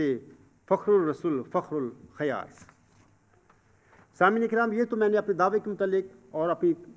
اللہ تعالیٰ نے جو مجھے اپنے دعویٰ الہام کے بعد 23 سال عنایت فرمائے ہیں ان کے متعلق میں چند باتیں آپ لوگوں کے آگے کی ہیں۔ اب میں مرزا بشیر الدین محمود احمد خلیفہ ثانی کی کارگزاریوں کے متعلق کچھ عرض کرنا چاہتا ہوں۔ آپ یاد رکھیں کہ مرزا بشیر الدین محمود احمد جب 19 سال کے تھے اس وقت وہ رسالہ تشریح الاذان کے ایڈیٹر تھے۔ جون جولائی 1908 میں ان کا یہ عقیدہ تھا کہ مسیل مبارک احمد، جو کہ دراصل مؤذ ذکی غلام یا مسلم مؤذ تھا، اس نے آئندہ کسی زمانہ میں پیدا ہونا ہے، لیکن وہ یہ بھی کہتے ہیں اپنے مضامین میں کہ حضرت مرزا صاحب صاحب کی نسل سے۔ ثبوت کے لیے دیکھیے نیوز نمبر 81 یا انوار العلوم جلد 1 صفحات 146 تا 152۔ اسی طرح آپ یاد رکھیں کہ خلافت اولیٰ کے دور میں مرزا بشیر الدین محمود احمد صاحب نے اپنے طور پر بغیر خلیفۃ المسیح اول سے کوئی اجازت لیے کچھ سیاسی کارروائیاں کی تھیں، کچھ تنظیمیں بنائی تھیں۔ مثال کے طور پر 1909 میں انجمن ارشاد انہوں نے بنائی، حالانکہ ان کے والد صاحب کی جو صدر انجمن احمدیہ موجود تھی۔ فروری 1911 میں مجلس انصار اللہ بنا لی۔ جون 1913 میں الفضل جاری کر لیا، حالانکہ 2 اخبار الحکم اور البدر موجود تھے جماعت میں۔ اسی طرح رسالہ تشریح الاذان بھی موجود تھا، ریویو آف ریلیجن ایک انگلش کا رسالہ تھا وہ بھی جاری تھا۔ 1913 میں دعوت الی الخیر فنڈ کی انہوں نے بنیاد رکھی، حالانکہ جو حضور صاحب نے چندے جاری کیے تو وہ جاری تھے، اس کے ساتھ جماعت کا سارا کام چل رہا تھا۔ یہ ساری سیاسی کارروائیاں تھیں، اور میں یہ سمجھتا ہوں کہ حضرت خلیفۃ المسیح اکبر رضی اللہ تعالیٰ انہوں نے یہ جو سیاسی کارروائیاں کرتے پھر رہے تھے مرزا محمود احمد، ان سے آنکھ بند رکھی، ان کو نہیں رکھنی چاہیے تھی۔ یہ ان کی ذمہ داری تھی کہ وہ اس کو کنٹرول کرتے، یہ تم کیا کرتے پھر رہے ہو، خلیفہ تو میں ہوں۔ تو یہی وہ سیاسی کارروائیاں تھیں، وہ آئندہ زمانے میں جو انہوں نے کام کرنے تھے اور جماعت احمدیہ کی قیادت پر قبضہ کرنا تھا، اس کے لیے وہ تیاریاں کر رہے تھے۔ بس پھر وہی ہوا کہ حضرت خلیفۃ المسیح اکبر رضی اللہ تعالیٰ عنہ کی وفات کے بعد 14 مارچ 1914 کو مرزا بشیر الدین محمود احمد صاحب خلافت کی گدی پر قبضہ کرنے کے بعد خلیفہ ثانی بن بیٹھے، اور پھر 1914 میں ہی خلافت پر قبضہ کرنے کے بعد آپ کی شہ پر آپ کے مریدوں نے تحریروں اور تقریروں میں الاعلان مسلم موعود اور قدرت ثانیہ کا مظہر ان کے متعلق ڈکلیئر کر دیا، حالانکہ انہوں نے تو دعویٰ نہیں کیا تھا۔ خواجہ کمال الدین صاحب کا مطالبہ تھا اس زمانے میں میاں صاحب سے کہ آپ حلف اٹھائیں کہ آپ اسی پیشگوئی مسلم موعود یا رسالہ الوسیت میں جس مود کے متعلق حضور صاحب نے فرمایا ہے کہ اور جب تک کوئی خدا سے روح القدس پا کر کھڑا نہ ہو، کیا آپ کو اللہ نے بتایا ہے کہ آپ وہ وجود ہیں، اور اگر آپ حلف اٹھا دیں گے تو ہم مخالفت نہیں کریں گے۔ اگر آپ نے حلف نہیں اٹھانا تو پھر اپنے مریدوں کو منع کریں، کوئی یہ کیا کام کرتے پھر رہے ہیں؟ تو اس کے جواب میں جناب مرزا محمود صاحب نے کہا کہ میں حلف بھی نہیں اٹھاتا کیونکہ مجھے کوئی اطلاع نہیں ہے اللہ سے، اور ساتھ ہی میں اپنے مریدوں کو بھی نہیں روکتا۔ ان کے بقول وہ کہتے تھے کہ یہ کوئی خلاف شرع کام نہیں۔ میں سمجھتا ہوں اس سے بڑا خلاف شرع کام کیا ہو سکتا ہے کہ ایک ایسا انسان جس نے دعویٰ ہی نہیں کیا اللہ سے خبر پا کر، اس کے متعلق تم ایک الہامی پیش گوئی کو، جس کا ملہم پر انکشاف نہیں ہوا تھا اپنی زندگی میں، اس کو اس پر اپنے اندازوں سے، اپنی جوش محبت میں اس پر فٹ کر دو۔ اس سے بڑی اور خلاف شرع بات کیا ہو سکتی ہے؟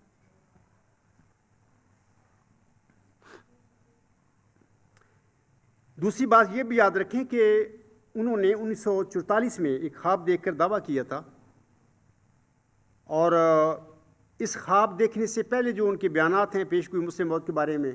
اور خواب دیکھنے کے بعد جو بیانات ہیں اس کے، ان بیانوں میں سخت تضاد ہے۔ وہ قدم قدم پر جھوٹ بولتے رہے احمدیوں کے آگے، اور یہ سمجھتے ہو کہ ان جو بیٹھے ہوئے احمدین کو کیا پتہ ہے میں کیا کرتا پھر رہا ہوں۔ تو بہرحال یہ باتیں اللہ تعالیٰ کی طرف سے مجھ پر ان کا انکشاف ہوا، اور میں کھول کھول کر لوگوں کو بتا رہا ہوں۔ اور دوسری بات یہ بھی یاد رکھیں کہ جس وجود کا اللہ تعالیٰ نے محمدی مریم کے گھر میں بطور جسمانی لڑکا تولد ہی نہیں کیا تھا، پیدا ہی نہیں کیا، محمدی مریم انتظار کرتی رہی کہ شاید وہ میرا لڑکا ہوگا۔ انتظار کرنا، خواہش کرنا تو کوئی گناہ نہیں، لیکن اللہ تعالیٰ کا یہ کام تھا کہ وہ چاہتا تو اس کو بطور جسمانی لڑکا دے دیتا، اور اگر چاہتا تو نہ دیتا۔ تو اللہ تعالیٰ نے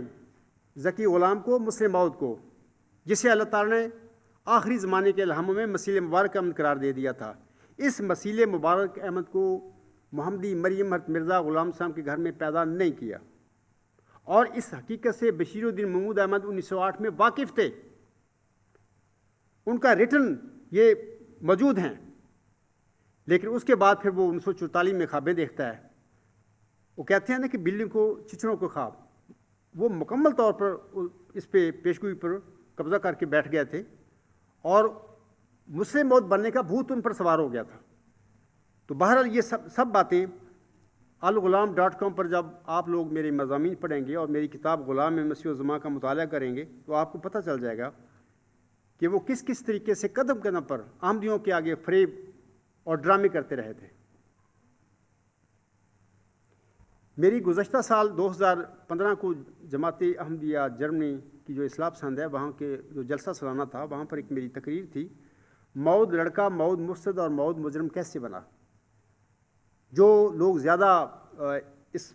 معاملے میں جانکاری چاہتے ہیں تو وہ ان کو چاہیے کہ دوبارہ اس تقریر کو سنیں۔ تو میں نے ثابت کیا ہے دلائل کے ساتھ،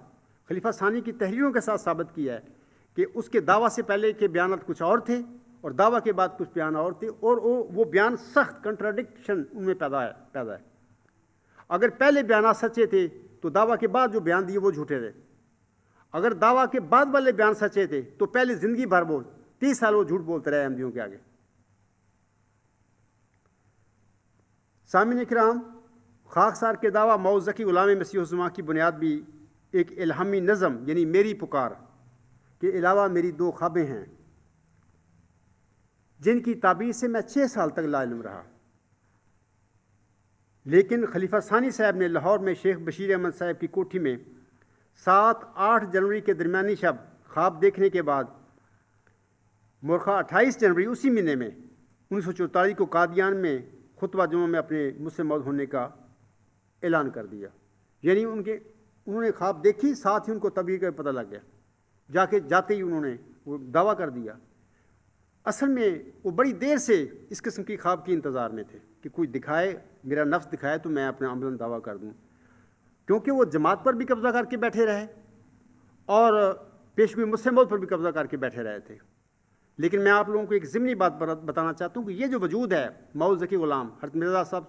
علیہ السلام کو بخشا کیا، یہ وجود معمور من اللہ ہے۔ اس وجود نے منہاج نبوت پر جماعت احمدیہ میں کھڑا ہونا تھا، اللہ نے اس کو کھڑا کرنا تھا، معمور کرنا تھا، اس کو کسی مجلس انتخاب نے منتخب نہیں کرنا تھا، نہ اپنے معموریت سے پہلے اس شخص نے اس جماعتی عملیہ میں کوئی خلیفہ ہونا تھا. کسی انسان کو بھی اللہ کھڑا کر سکتا تھا. بہرحال جیسے منہاج نبوت پر آسم کا دعویٰ ہے، حضرت مرزا صاحب علیہ السلام کا ہے، موسیٰ، عیسیٰ، نوح، ابراہیم سب کا دعویٰ ہے، ایسے ہی یہ شخص جو مئو ذکی غلام ہے، اس نے جماعت احمدیہ حضرت مرزا صاحب علیہ السلام کی جماعت میں حضرت مرزا صاحب علیہ السلام کے بعد معمور ہو کر کھڑا ہونا تھا. لیکن خلیفہ ثانی صاحب کی بات ہی کچھ اور ہے. انہوں نے 1914 میں خلافت پر قبضہ کر کے جماعت پر قبضہ کر لیا اور پھر اس پیشگوئی پر مصداق بن بیٹھے. بہرحال 28 جنوری کو 1944 کو جو خطبہ جمعہ انہوں نے قادیان میں دیا، اس کا عنوان ہی یہ تھا اس خطبہ کا کہ میں ہی مسلم موت کی پیشگوئی کا مصداق ہوں. اس کے بعد خلیفہ ثانی نے مورخہ 20 فروری 1944 کو بامقام ہوشیارپور تقریر کرتے ہوئے کہا تھا، میں خدا کے حکم کے متحد قسم کھا کر یہ اعلان کرتا ہوں کہ خدا نے مجھے حضرت مسیح موعود علیہ الصلوۃ والسلام کی پیشگوئی کے مطابق آپ کا وہ موعود بیٹا قرار دیا ہے جس نے زمین کے کناروں تک حضرت مسیح موعود علیہ الصلوۃ والسلام کا نام پہنچانا ہے. میں یہ نہیں کہتا کہ میں ہی موعود ہوں اور کوئی موعود قیامت تک نہیں آئے گا. حضرت مسیح موعود علیہ الصلوۃ والسلام کی پیشگوئی سے معلوم ہوتا ہے کہ بعض اور موعود بھی آئیں گے اور بعض ایسے وجود بھی ہوں گے اور بعض ایسے موعود بھی ہوں گے جو صدیوں کے بعد پیدا ہوں گے. بلکہ خدا نے مجھے بتایا ہے کہ وہ ایک زمانہ میں خود مجھ کو دوبارہ دنیا میں بھیجے گا اور میں پھر کسی شرک کے زمانے میں دنیا کی اصلاح کے لیے آؤں گا، جس کے معنی یہ ہیں کہ میری روح ایک زمانہ میں کسی اور شخص پر جو میرے جیسی طاقتیں رکھتا ہوگا نازل ہوگی اور وہ میرے نقش قدم پر چل کر دنیا کی اصلاح کرے گا. اس تقریر کا عنوان جو تھا وہ بھی یہ تھا کہ دعویٰ مسلم موعود کے متعلق پرشوکت اعلان. یہ دوسرا ان کا اعلان ہے دعوے کا، وہ قسم کے ساتھ، حلف کے ساتھ. تیسرا 12 مارچ 1944 کو انہوں نے بامقام لاہور تقریر کرتے ہوئے بڑی وضاحت کے ساتھ فرمایا. وہ کہتے ہیں، آج میں اس جلسہ میں اسی واحد اور قہار خدا کی قسم کھا کر کہتا ہوں جس کی جھوٹی قسم کھانا لعنتیوں کا کام ہے اور جس پر افتراء کرنے والا اس کے عذاب سے کبھی بچ نہیں سکتا، کہ خدا نے مجھے اسی شہر لاہور میں 13 ٹیمپل روڈ پر شیخ بشیر احمد صاحب ایڈوکیٹ کی کہ مکان میں یہ خبر دی کہ میں ہی مسلم موعود کی پیشگوئی کا مصداق ہوں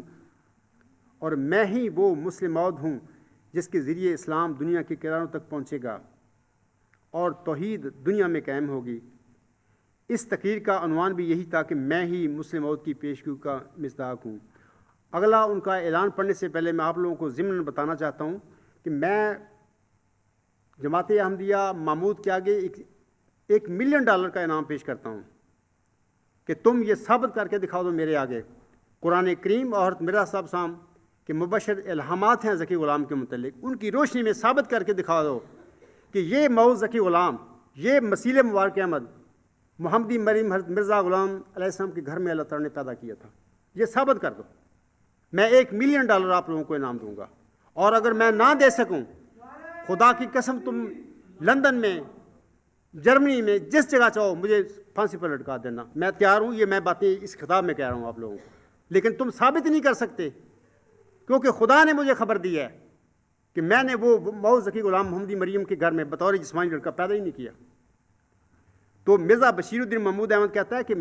مسلم موعود کی پیشگوئی کا میں مصداق ہوں. وہ حلفاً کہہ رہا ہے. دوسری بات وہ کہہ رہا ہے کہ دنیا کے کناروں تک اسلام میں پہنچاؤں گا، میرے ذریعے پہنچے گا. اب میں جماعت احمدیہ محمود سے پوچھتا ہوں کہ تم دین اسلام کے حوالے سے کہاں بیٹھے ہوئے ہو؟ کیا مرزا بشیر الدین محمود احمد اسلام کو دنیا کے کناروں تک پھیلا کر گیا ہے؟ تم تو اسلام سے باہر بیٹھے ہوئے ہو. یہ سب جھوٹ اور بتلان تھا اس شخص کا. اس نے جذباتی نعروں کے ساتھ لوگوں کی عقیدت کو خریدا اور مس یوز کیا لوگوں کو، اس لحاظ سے کہ میں بانی جماعت کا بیٹا ہوں، اور لوگ عقیدت میں اس کے پیچھے چلتے رہے اور وہ خود بھی گمراہ ہوا اور اس نے مرزا صاحب صاحب کے پیروکاروں سب کو گمراہ کر دیا. اگلا حوالہ سنیے ان کا. اسی طرح 28 دسمبر 1944 کو جلسہ سالانہ قادیان کے موقع پر تقریر کرتے ہوئے وہ کہتے ہیں،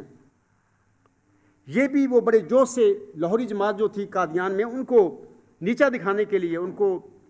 ختم کرنے کے لیے یہ جذباتی بیان دیتا پھر رہا تھا اس زمانے میں. حالانکہ 3 بیان پڑھ چکا ہوں. جب قادیان میں اعلان ہو گیا خطبہ جمعہ میں، بامقام ہوشیارپور بھی اعلان ہو گیا، اور اس کے بعد پھر لاہور آئے وہ بیان دینے کے لیے. تو وہ بھی انہوں نے بیان دیا تھا۔ یہ جو بیان ہے اس وقت، یہ قادیان میں جو جلسہ سنانا تھا 28 دسمبر 1944 کو، اس میں انہوں نے یہ بات کہی۔ وہ کہتے ہیں میں کہتا ہوں اور خدا تعالیٰ کی قسم کھا کر کہتا ہوں کہ میں ہی مسلم موت کی پیش گوئی کا مصداق ہوں، اور مجھے ہی اللہ تعالیٰ نے ان پیش گوئیوں کا مورد بنایا ہے جو ایک آنے والے موعود کے متعلق حضرت مسیح موعود علیہ الصلوۃ والسلام نے فرمائیں۔ جو شخص سمجھتا ہے کہ میں نے افطرا سے کام لیا ہے یا اس بارے میں جھوٹ اور کذب بیانی سے کام لیا ہے، وہ آئے اور اس معاملہ میں میرے ساتھ مبالغہ کر لے، اور یا پھر اللہ تعالیٰ کی موقت بعذاب قسم کھا کر اعلان کر دے کہ اسے خدا نے کہا ہے کہ میں جھوٹ سے کام لے رہا ہوں۔ پھر اللہ تعالیٰ خود اپنے آسمانی نشانات سے فیصلہ فرما دے گا کہ کون کاذب ہے اور کون صادق ہے۔ میں جماعت احمدیہ محمود کے آگے اپنا دعویٰ 23 سال سے رکھ کر کھڑا ہوں، اور ان کو مناظرے اور مبالغہ دونوں کے لیے بلا رہا ہوں۔ اگر مرزا بشیر الدین محمود احمد اپنے دعوے میں سچا تھا، خلیفہ رابع کی نظر میں بھی اور خلیفہ یہ جو موجودہ والی ہے قبرستان کا، اس کی نظر میں، تو میرے مقابلے میں مناظرے کے لیے مبالغے کے لیے کیوں نہیں آتے؟ یہ سب دجل اور جھوٹ ہے۔ اس میں خلیفہ ثانی کے دعویٰ مسلمانوں میں کوئی حقیقت نہیں، وہ ایک جھوٹا انسان تھا۔ سامعین اکرام، سورۃ الجن میں اللہ تعالیٰ فرماتا ہے عالم الغیب ولا یظہر علی غیبہ احدا الا من ارتضی من رسول فإنہ یسلک من بین یدیہ ومن خلفہ رصدا۔ ان آیات میں اللہ تعالیٰ فرماتا ہے کہ اللہ تعالیٰ غیب کا جاننے والا ہے، پس وہ کسی کو اپنے غیب پر مطلع نہیں فرماتا سوائے اپنے برگزیدہ رسول کے، پس یقیناً وہ اس کے آگے اور اس کے پیچھے حفاظت کرتے ہوئے چلتا ہے۔ یعنی اللہ تعالیٰ اپنے مرسلوں کی حفاظت فرماتا ہے، اور دشمن اور مخالفین انہیں کوئی گزند نہیں پہنچا سکتے۔ لیکن خلیفہ ثانی صاحب کے الہامی دعویٰ مسلم موعود کے 10 سال بعد کیا ہوا تھا؟ سامعین کرام، جماعت احمدیہ کے ایک جید عالم مولانا ابو العطا صاحب جلندری اس حوالہ سے فرماتے ہیں۔ یہ جو حوالہ ہے میں جو پڑھ رہا ہوں اس وقت، یہ تاریخ احمدیت جلد 17 صفحات 230 تا 231 پر ہیں۔ مولانا صاحب لکھتے ہیں مورخہ 10 مارچ 1954 بروز بدھ قریباً 3:45 بجے مسجد مبارک ربوہ میں نماز عصر پڑھا کر ہمارے امام حمام حضرت امیر المومنین مرزا بشیر الدین محمود احمد صاحب ایدہ اللہ بنصر ہی واپس تشریف لے جا رہے تھے کہ محراب کے دروازہ پر اچانک ایک اجنبی نوجوان مسمی عبدالحمید بلد منصبدار قوم جٹ، چک نمبر 220 جج والا، تھانہ صدر لائل پور فیصل آباد موجودہ، سابقہ وطن تھانہ کرتارپور تحصیل و ضلع جلندھر، نے پیچھے سے جپٹ کر آپ پر چاقو سے حملہ کر دیا۔ چاقو کا یہ وار حضور ایدہ اللہ بنصری کی گردن پر شہ رکھ کے قریب دائیں طرف پڑا، جس سے گہرا گھاؤ پڑ گیا۔ سامعین کرام، دراصل چاقو کا یہ وار گردن پر شہ رکھ کے قریب نہیں پڑا تھا، بلکہ اس سے شہ رکھ قطع ہو گئی تھی۔ حملہ آور نے، آگے لکھتے ہیں مولوی صاحب، حملہ آور نے دوسرا وار بھی کیا، مگر محمد اقبال صاحب محافظ کے درمیان میں آ جانے کے باعث اس مرتبہ حضرت امیر المومنین ایدہ اللہ بنصر ہی کی بجائے چاقو سے جا لگا اور وہ زخمی ہو گیا۔ نمازیوں نے حملہ آور کو پکڑنے کی کوشش کی اور کافی جد و جہد کے بعد اسے قابو میں لایا گیا، اور اس کوشش میں بعض دوسرے بھی زخمی ہوئے۔ حضرت امام جماعت احمدیہ زخم لگنے کے فوراً بعد بہتے خون کے ساتھ چند احباب کے سہارے سے اپنے مکان میں تشریف لے گئے۔ خون کو ہاتھ سے روکنے کی پوری کوشش کے باوجود تمام راستہ میں اور سیڑھیوں پر خون مسلسل بہتا گیا، جس سے حضور کے تمام کپڑے، کوٹ، مفرل، سویٹر، قمیض، 2 بنیانیں اور شلوار خون سے تر بتر ہو گئے۔ حضور کے ساتھ چلنے والے بعض خدام کے بھی کپڑوں پر مظلوم امام کے مقدس خون کے قطرات گرے۔ وہ آگے لکھتے ہیں بریکٹ میں، خاکسار ابو العطا کے کوٹ، پاجامہ اور پگڑی پر بھی اس پاک خون کے قطرات پڑے ہیں۔ مکان پر پہنچ کر آگے لکھتے ہیں، ابتدائی مرہم پٹی جناب ڈاکٹر صاحبزادہ منور احمد صاحب MBBS اور جناب ڈاکٹر حشمت اللہ صاحب نے کی، زخم کو صاف کر کے اور ٹانکے لگا کر سی دیا۔ ابتدا میں یہ خیال تھا کہ زخم 1.25 انچ گہرا اور 3 انچ چوڑا ہے، لیکن جب رات کو لاہور سے مشہور سرجن ڈاکٹر ریاض قدیر صاحب تشریف لائے اور انہوں نے زخم کی حالت دیکھ کر ضروری سمجھا کہ ٹانکے کھول کر پوری طرح معائنہ کیا جائے، تو معلوم ہوا کہ زخم بہت زیادہ خطرناک اور 2.25 انچ گہرا اور شاہ رگ کے بالکل قریب تک پہنچا ہوا ہے۔ محترم ڈاکٹر صاحب نے اپنی خدا داد مہارت سے کام لے کر قریباً 1.25 گھنٹہ لگا کر زخم کا آپریشن کیا اور اندر کی شریانوں کا منہ بند کر کے باہر ٹانکے لگا دیے۔ سامعین کرام، اب سوال ہے کہ زخم شاہ رگ کے قریب تھا یا کہ قطع وطین ہو گئی تھی؟ سنیے، چاقو کا یہ زخم کافی لمبا اور گہرا تھا، لیکن بعد ازاں دھیرے دھیرے یہ زخم مندمل ہوتا گیا۔ زخم کے مندمل ہو جانے کے باوجود خلیفہ صاحب ہمہ وقت بے چین رہتے تھے۔ حملہ کے 1 سال بعد انہوں نے اپنا مکمل چیک اپ کروانے کے لیے یورپ جانے کا فیصلہ کیا۔ بعد ازاں یورپ میں زیورچ، ہمبرگ اور لندن کے چوٹی کے سرجنوں نے ان کے زخم کا انتہائی جدید ایکس ریز کے ساتھ تفصیلی معائنہ کیا، جیسا کہ چودھری محمد ظفر اللہ خان صاحب کی کتاب اس حوالہ سے وہ اپنی اس کتاب میں وہ لکھتے ہیں۔ اس کتاب کا نام ہے Ahmadiyyat the renaissance of Islam, page number 332 یعنی 332۔ یہ کتاب تبشیر publication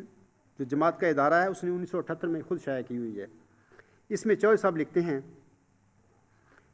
He was examined very thoroughly by top experts in Zurich, Hamburg and London, with such assistance as could be drawn from X-ray impressions. And the unanimous conclusion was that the point of the knife had broken at the jugular vein and was embedded in it. The expert advice was that no attempt should be made to extricate it, as the risk to his life involved in any such operation was too serious to be worth taking. ان الفاظ میں چوہدری صاحب کہتے ہیں کہ تینوں بڑے شہروں Zurich, ہمبرگ اور لندن کے ماہر سرجنوں کی ایکس ریز کے ذریعے ان کا معائنہ کرنے کے بعد متفقہ رائے یہ تھی کہ چاقو کے بلیڈ کی نوک ٹوٹ کر شاہ رگ میں دھنس گئی ہے۔ سامعین کرام، جب چاقو کی نوک ٹوٹ کر دھنس جائے شاہ رگ میں تو وہ قطع ہو گئی۔ اللہ کا سورت الحاقہ کی جو آیات جب میں نے شروع میں پڑھی ہیں ان میں صرف یہ وعدہ ہے کہ میں مفتری اللہ کی شاہ رگ کو کاٹ دوں گا، اور یہاں پر فوری طور پر موقع پر ہلاکت کا اللہ نے وعدہ نہیں کیا، صرف یہ کہا ہے کہ میں اس کی شاہ رگ کاٹ دوں گا، اور پھر اللہ چاہے تو موقع پر اس کو ہلاک بھی کر سکتا ہے، اور اگر اللہ چاہے اپنی حکمت کے ساتھ کسی وجہ سے اس کو زندہ بھی رکھ سکتا ہے شاہ رگ کاٹ کے بھی۔ تو یہی معاملہ اس مرزا بشیر الدین محمود جھوٹے مسلم موت کے ساتھ یہی ہوا۔ تو آگے چوہدری صاحب لکھتے ہیں، ماہرین کی یہ رائے تھی کہ اگر ٹوٹی ہوئی نوک شاہ رگ سے نکالنے کی کوشش کی گئی تو مریض کی زندگی کو خطرہ لاحق ہو سکتا ہے، لہٰذا انہوں نے یعنی ایکسپرٹس نے شاہ رگ میں دسی ہوئی چاقو کی نوک نہیں نکالی۔ بعد ازاں دن بدن خلیفہ ثانی صاحب کی صحت گرتی گئی، فالج بھی ہو گیا۔ شاہ رگ پر حملے کے 11 سال 8 ماہ تکلیف میں گزار کر بالآخر 8 نومبر 1965 کو وہ فوت ہو گئے۔ سامعین کرام، حضرت امام مہدی و مسیح موعود سامنے فالج کے مرض کو دکھ کی مار، اور یہ حوالہ ہے ان کا انجام آتم روحانی خزائن جلد 11 صفحہ 66 پر قرار دیا ہے، اور اپنے دشمنوں کے لیے مجنون اور مفلوج ہونے کی بد دعا بھی کی ہے۔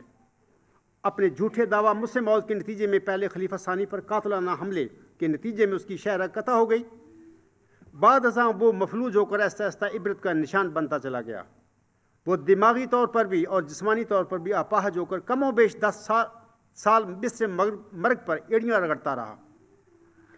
زندگی کے آخری 10 سالوں میں جماعتی امور سے عملاً لا تعلق ہو چکا تھا، اور یہ جو میں باتیں کہہ رہا ہوں یہ ساری اس کے اپنے جاری کردہ الفضل اخبار کی باتیں ہیں جو مختلف تاریخوں پر الفضل اخبار میں یہ شائع ہوئی تھیں۔ مثال کے طور پر الفضل 12 اپریل 1955 میں وہ لکھتے ہیں، مجھ پر فالج کا حملہ ہوا اور اب میں پخانہ پیشاب کے لیے بھی امداد کا محتاج ہوں، 2 قدم بھی چل نہیں سکتا۔ بانی جماعت علیہ السلام فالج کو دکھ کی مار قرار دیتے ہیں، تو کیا یہ اس شخص پر جھوٹے دعوے کے نتیجے میں دکھ کی مار نہیں پڑی؟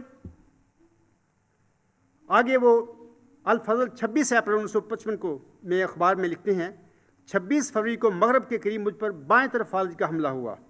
اور تھوڑے وقت کے لیے میں ہاتھ پاؤں سے معذور ہو گیا، دماغ کا عمل معطل ہو گیا اور دماغ نے کام کرنا چھوڑ دیا۔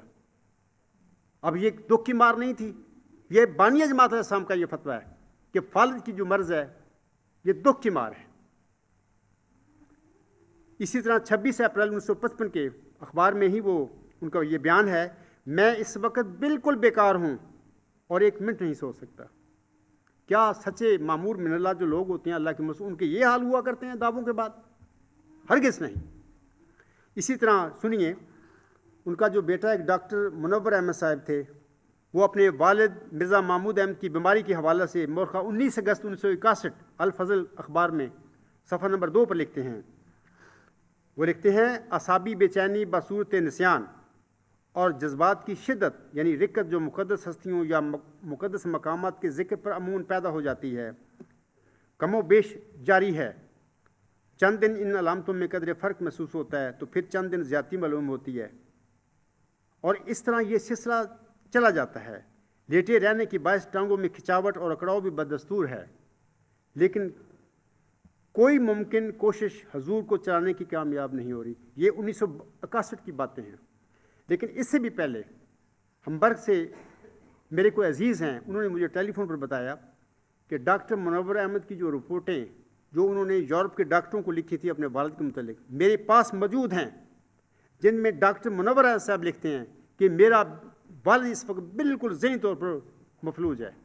وہ نہ سوچ سکتا ہے، نہ کچھ سمجھ سکتا ہے، نہ وہ اس کو قابل ہے۔ تو میرا سوال ہے اپنے احمدی بھائیوں سے، خواہ ان کا تعلق جماعتی احمدیہ مامور سے ہے یا لاہور سے ہے یا کسی اور جماعت سے ہے، کہ کیا سچا محمود من اللہ جو مسلم موعود تھا، جس کی خبر اللہ تعالیٰ نے محمدی مریم حضرت مرزا غلام صاحب کو 20 فروری 1886 کی پیشگوئی میں دی تھی، کیا اس کا اینڈ یہ ہونا چاہیے تھا جو مرزا بشیر الدین محمود کا ہوا تھا؟ ہرگز نہیں۔ وہ شخص تو قوموں کو برکت دینے والا ہے، اس نے تو زمین کے کناروں تک شہرت پانی ہے۔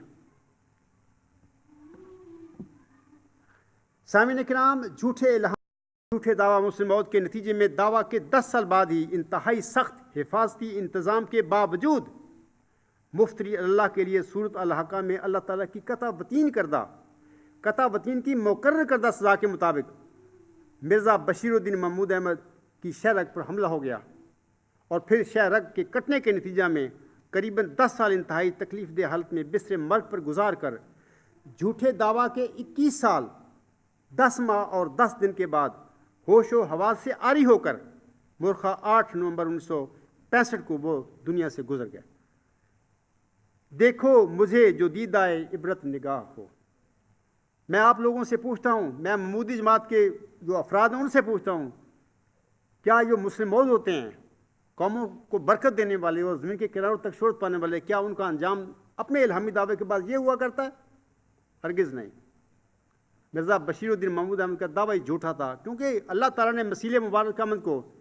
محمدی مریم حضرت مرزا غلام علیہ السلام کے گھر میں بطور جسمانی لڑکا پیدا ہی نہیں کیا۔ یہ میرا چیلنج آپ سب کو، آئیں میدان میں ثابت کر کے دکھائیں مجھے۔ جب وہ پیدا ہی نہیں ہوا مسیح مبارک احمد مؤعود ذکی غلام مسلم موعود، تو محمدی مریم حضرت مرزا غلام صاحب کا کوئی جسمانی لڑکا اس پیشگوئی کا مصداق کیسے ہو سکتا ہے؟ ہرگز نہیں ہو سکتا۔ یہ صرف بشیر الدین محمود احمد کا اپنے باپ کی عقیدت کی وجہ سے جھوٹا دعویٰ تھا، اور عقیدت میں لوگوں نے ان کے جھوٹے دعووں کو مانا، اور اس طرح بشیر الدین محمود خود بھی گمراہ ہوا، اور اس نے حضرت مرزا صاحب صاحب کے پیروکاروں کو سب کو گمراہ کر دیا، اور جماعت کو 2 حصوں میں تقسیم کر دیا 1914 میں، خواہش اقتدار میں۔ سامعین کرام، خلیفہ ثانی صاحب اپنے انجام کے متعلق لکھتے ہیں، سنیے۔ وہ کہتے ہیں، اللہ تعالیٰ کا احسان ہے، یہ جو میں حوالہ پڑھ رہا ہوں تفسیر کبیر جلد 10 صفحہ 571 پر ہے، ان کے الفاظ ہیں۔ وہ کہتے ہیں، اللہ تعالیٰ کا احسان ہے کہ اس نے مجھے یہ خوشخبری دی ہے کہ اللہ تعالیٰ میرے کاموں کو پورا کرے گا اور میرا انجام نہایت خوشکن ہوگا۔ چنانچہ 1942 میں اللہ تعالیٰ نے مجھے الہاماً فرمایا، موت حسن فی وقت حسن، کہ حسن کی موت بہترین موت ہوگی اور ایسے وقت میں ہوگی جو بہترین ہوگا۔ اس الہام میں مجھے حسن رضی اللہ تعالیٰ عنہ کا بروز کہا گیا ہے اور بتایا گیا ہے کہ اللہ تعالیٰ میری ذات کے ساتھ تعلق رکھنے والی پیشگوئی کو پورا کرے گا اور میرا انجام بہترین انجام ہوگا۔ یہ غور سے سنیں ان کے الفاظ، وہ کہہ رہے ہیں اور میرا انجام بہترین انجام ہوگا اور جماعت میں کسی قسم کی خرابی پیدا نہ ہوگی۔ فالحمدللہ علی ذالک۔ اب احمدی بھائی خود فیصلہ کر لیں کہ جناب خلیفہ ثانی صاحب کا انجام خوشکن ہوا تھا یا کہ بد اور عبرت ناک انجام ہوا تھا۔ یہ حقائق ہیں، یہ ثبوت ہیں، اور آپ نے بہرحال مرنا ہے۔ آپ نے ہمیشہ کے لیے اس دنیا میں زندہ نہیں رہنا، آپ کو آگے جانا ہے، اللہ تعالیٰ کے حضور پیش ہونا ہے، اور وہاں پر اس عاجز کے دعویٰ کے متعلق بھی آپ سے پوچھا جائے گا، اور خلیفہ ثانی کے دعویٰ کے متعلق بھی آپ سے پوچھا جائے گا، اور یہ بھی پوچھا جائے گا کہ جب اس شخص نے یعنی خاکسار نے خلیفہ ثانی کے دعویٰ کا قطعی طور پر جھٹلان کر دیا ہے، جھوٹا ثابت کر دیا ہے، اور یہ ثابت کر دیا ہے کہ وہ موعود وجود جو ہے، روحانی فرزند جو حضرت مرزا صاحب کے گھر میں اللہ نے پیدا ہی نہیں کیا تھا، اس کے باوجود تمہارا خاموش رہنا اس بات کا قطعی ثبوت ہے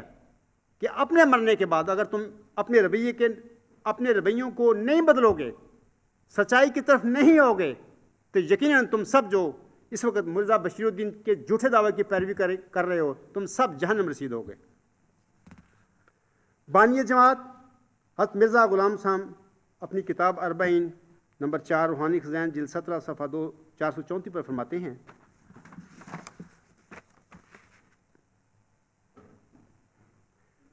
حضور صاحب فرماتے ہیں اسی وجہ سے میں آخر پہ میری بات ہے، میں اب ختم کرنے والا ہوں اپنا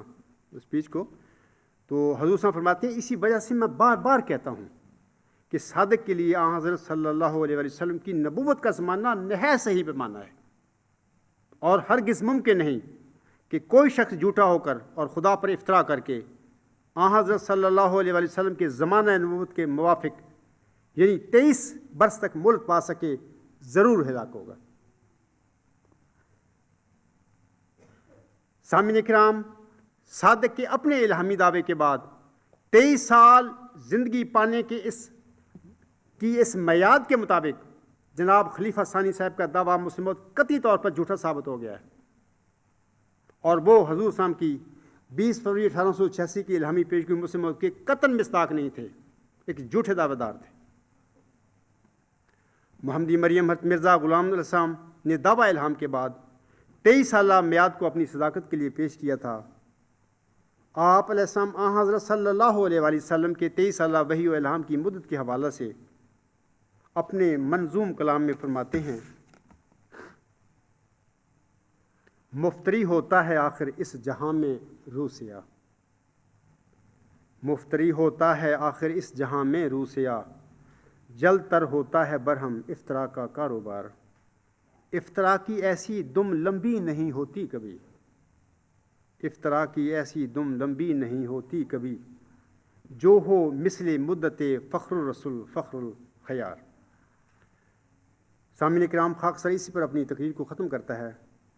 میں آپ سب کا بہت شکر گزار ہوں کہ آپ نے بڑے وقت نکال کر بڑے اطمینان سے، یہ طویل میری تقریر تھوڑی سی ہو گئی ہے، اس کو سنا، میں آپ کا مشکور ہوں اس کے لیے، اللہ تعالیٰ آپ کو اس کی جزائے خیر دے۔ اور اب میں اس تقریر کو ختم کرتا ہوں، اور میں امید کرتا ہوں کہ اب تو میرے کسی محمودی احمدی بھائی کو جناب خلیفہ ثانی صاحب کے دعویٰ مسلم موت کے جھوٹے ہونے میں کوئی شک نہیں ہونا چاہیے۔ وما علینا الا البلاغ وآخر دعوانا ان الحمد للہ رب العالمین، اولم وآخرم وظاہرم وباطنن هو مولانا نعم المولا ونعم النصیر۔ بسم اللہ الرحمن الرحیم۔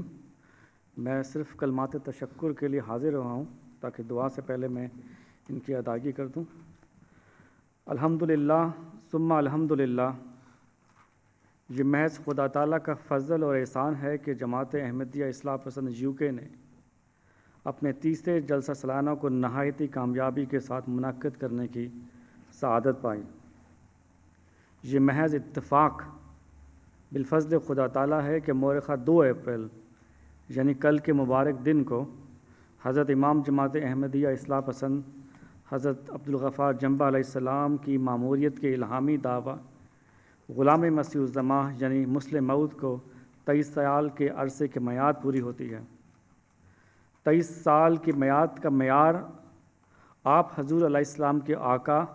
اور بانی جماعت احمدیہ حضرت امام مہدی علیہ السلام کا مقرر کردہ ہے، جن کا آپ علیہ السلام کو موعود روحانی بیٹا ہونے کا شرف حاصل ہے، یعنی وہ بابرکت موعود نشان جس کی خبر 20 فروری 1886 کو حضور علیہ السلام کو دی گئی، جس کی بابت اللہ تعالیٰ نے آپ پر کم و بیش 13 الہامات وقتاً فوقتاً نازل فرمائے۔ حضرت بانی جماعت احمدیہ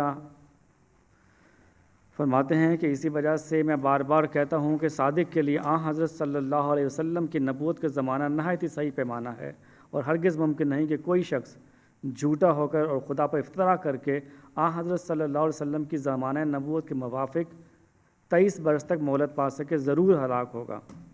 لہٰذا آج کا دن جماعت احمدیہ اصلاح پسند کی تاریخ میں ایک سنگ میل کی حیثیت سے ایک سچے مامور من اللہ کی صداقت کے نشان کے حوالے سے تا قیامت سنہری حروف سے لکھا جائے گا۔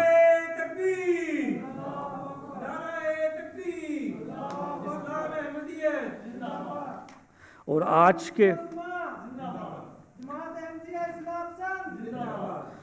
آج کے مبارک دن کو آپ علیہ السلام کے دعوی موعود ذکی غلام مسیح الزماں و موعود مجدد صدی 15 پر آپ کے آقا حضرت مہدی علیہ السلام کے قائم کردہ معیار پر صداقت کی مہر ثبت ہوتی ہے۔ جماعت احمدیہ اصلاح پسند UK اس لحاظ سے نہایت ہی خوش قسمت ہے کہ اس بابرکت تاریخ دن نہ صرف وہ اپنے امام کی شانہ بشانہ رہی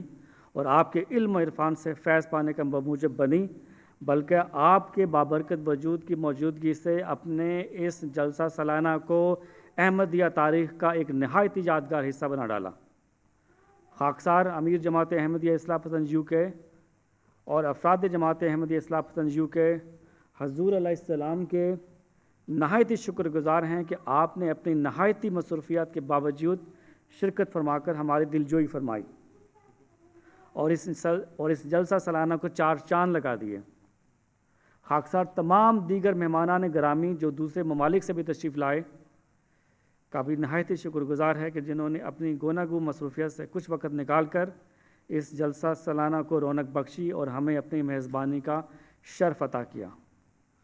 آخر میں تمام افراد جماعت احمدیہ اصلاح پسند UK کا شکر گزار ہوں کہ جن کی معاونت اور کاوشوں سے جلسہ سالانہ کا انعقاد نہایت ہی خوش اسلوبی سے انجام پذیر ہوا۔ اب خاکسار حضور علیہ السلام سے اختتامی دعا کی درخواست کرتے ہیں۔ اب خاکسار آخر پر آج 3 اپریل 2016 جماعت احمدیہ اصلاح پسند UK کا تیسرا جو جلسہ سالانہ ہے اس کو اختتام ہو رہا ہے میری اس اختتامی دعا کے ساتھ۔ اللہ تعالیٰ سے میں دعا گو ہوں کہ وہ اس جلسہ سالانہ کی کارروائی کو لوگوں کی ہدایت کا موجب بنا دے، آمین۔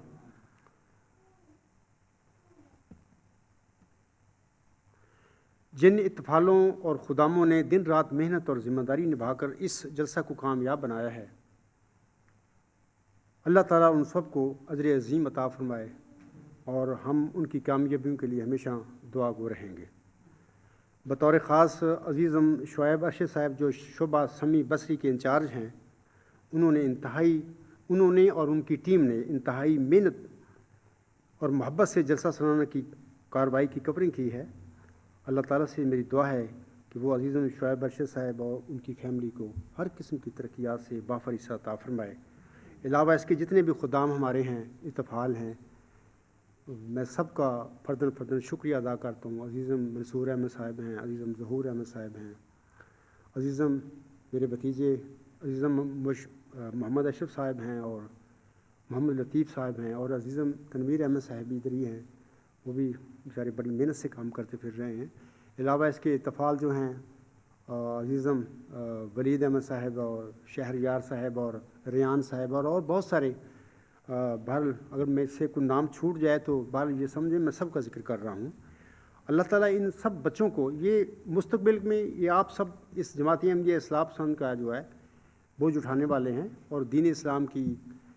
فتح اور غلبہ کے لیے اور ہمیشہ ہمیش کے لیے لوگوں کو ہدایت کی طرف لانا آپ سب کی ذمہ داری آئندہ اور وقت میں آپ کے ذمہ لگ جائے گی۔ تو یہ آپ سب کی تیاری ہو رہی ہے اس وقت میں، اللہ تعالیٰ آپ کو اس کی جزائے خیر دے۔ تو اس وقت آئیں میرے ساتھ اختتامی دعا میں شامل ہو جائیں، اور اس وقت جو دین اسلام اور عالم اسلام کی زبوں حالی ہے، اللہ تعالیٰ سے ہماری دعا ہے کہ وہ اسے دور فرما کر امت محمدیہ کو اثر نو اپنا کھویا ہوا مقام بخش دے، اور ہمیں بھی اس کے لیے کچھ کوشش کرنے کی توفیق عطا فرمائے۔ آئیں میرے ساتھ دعا کر لیں ہیں۔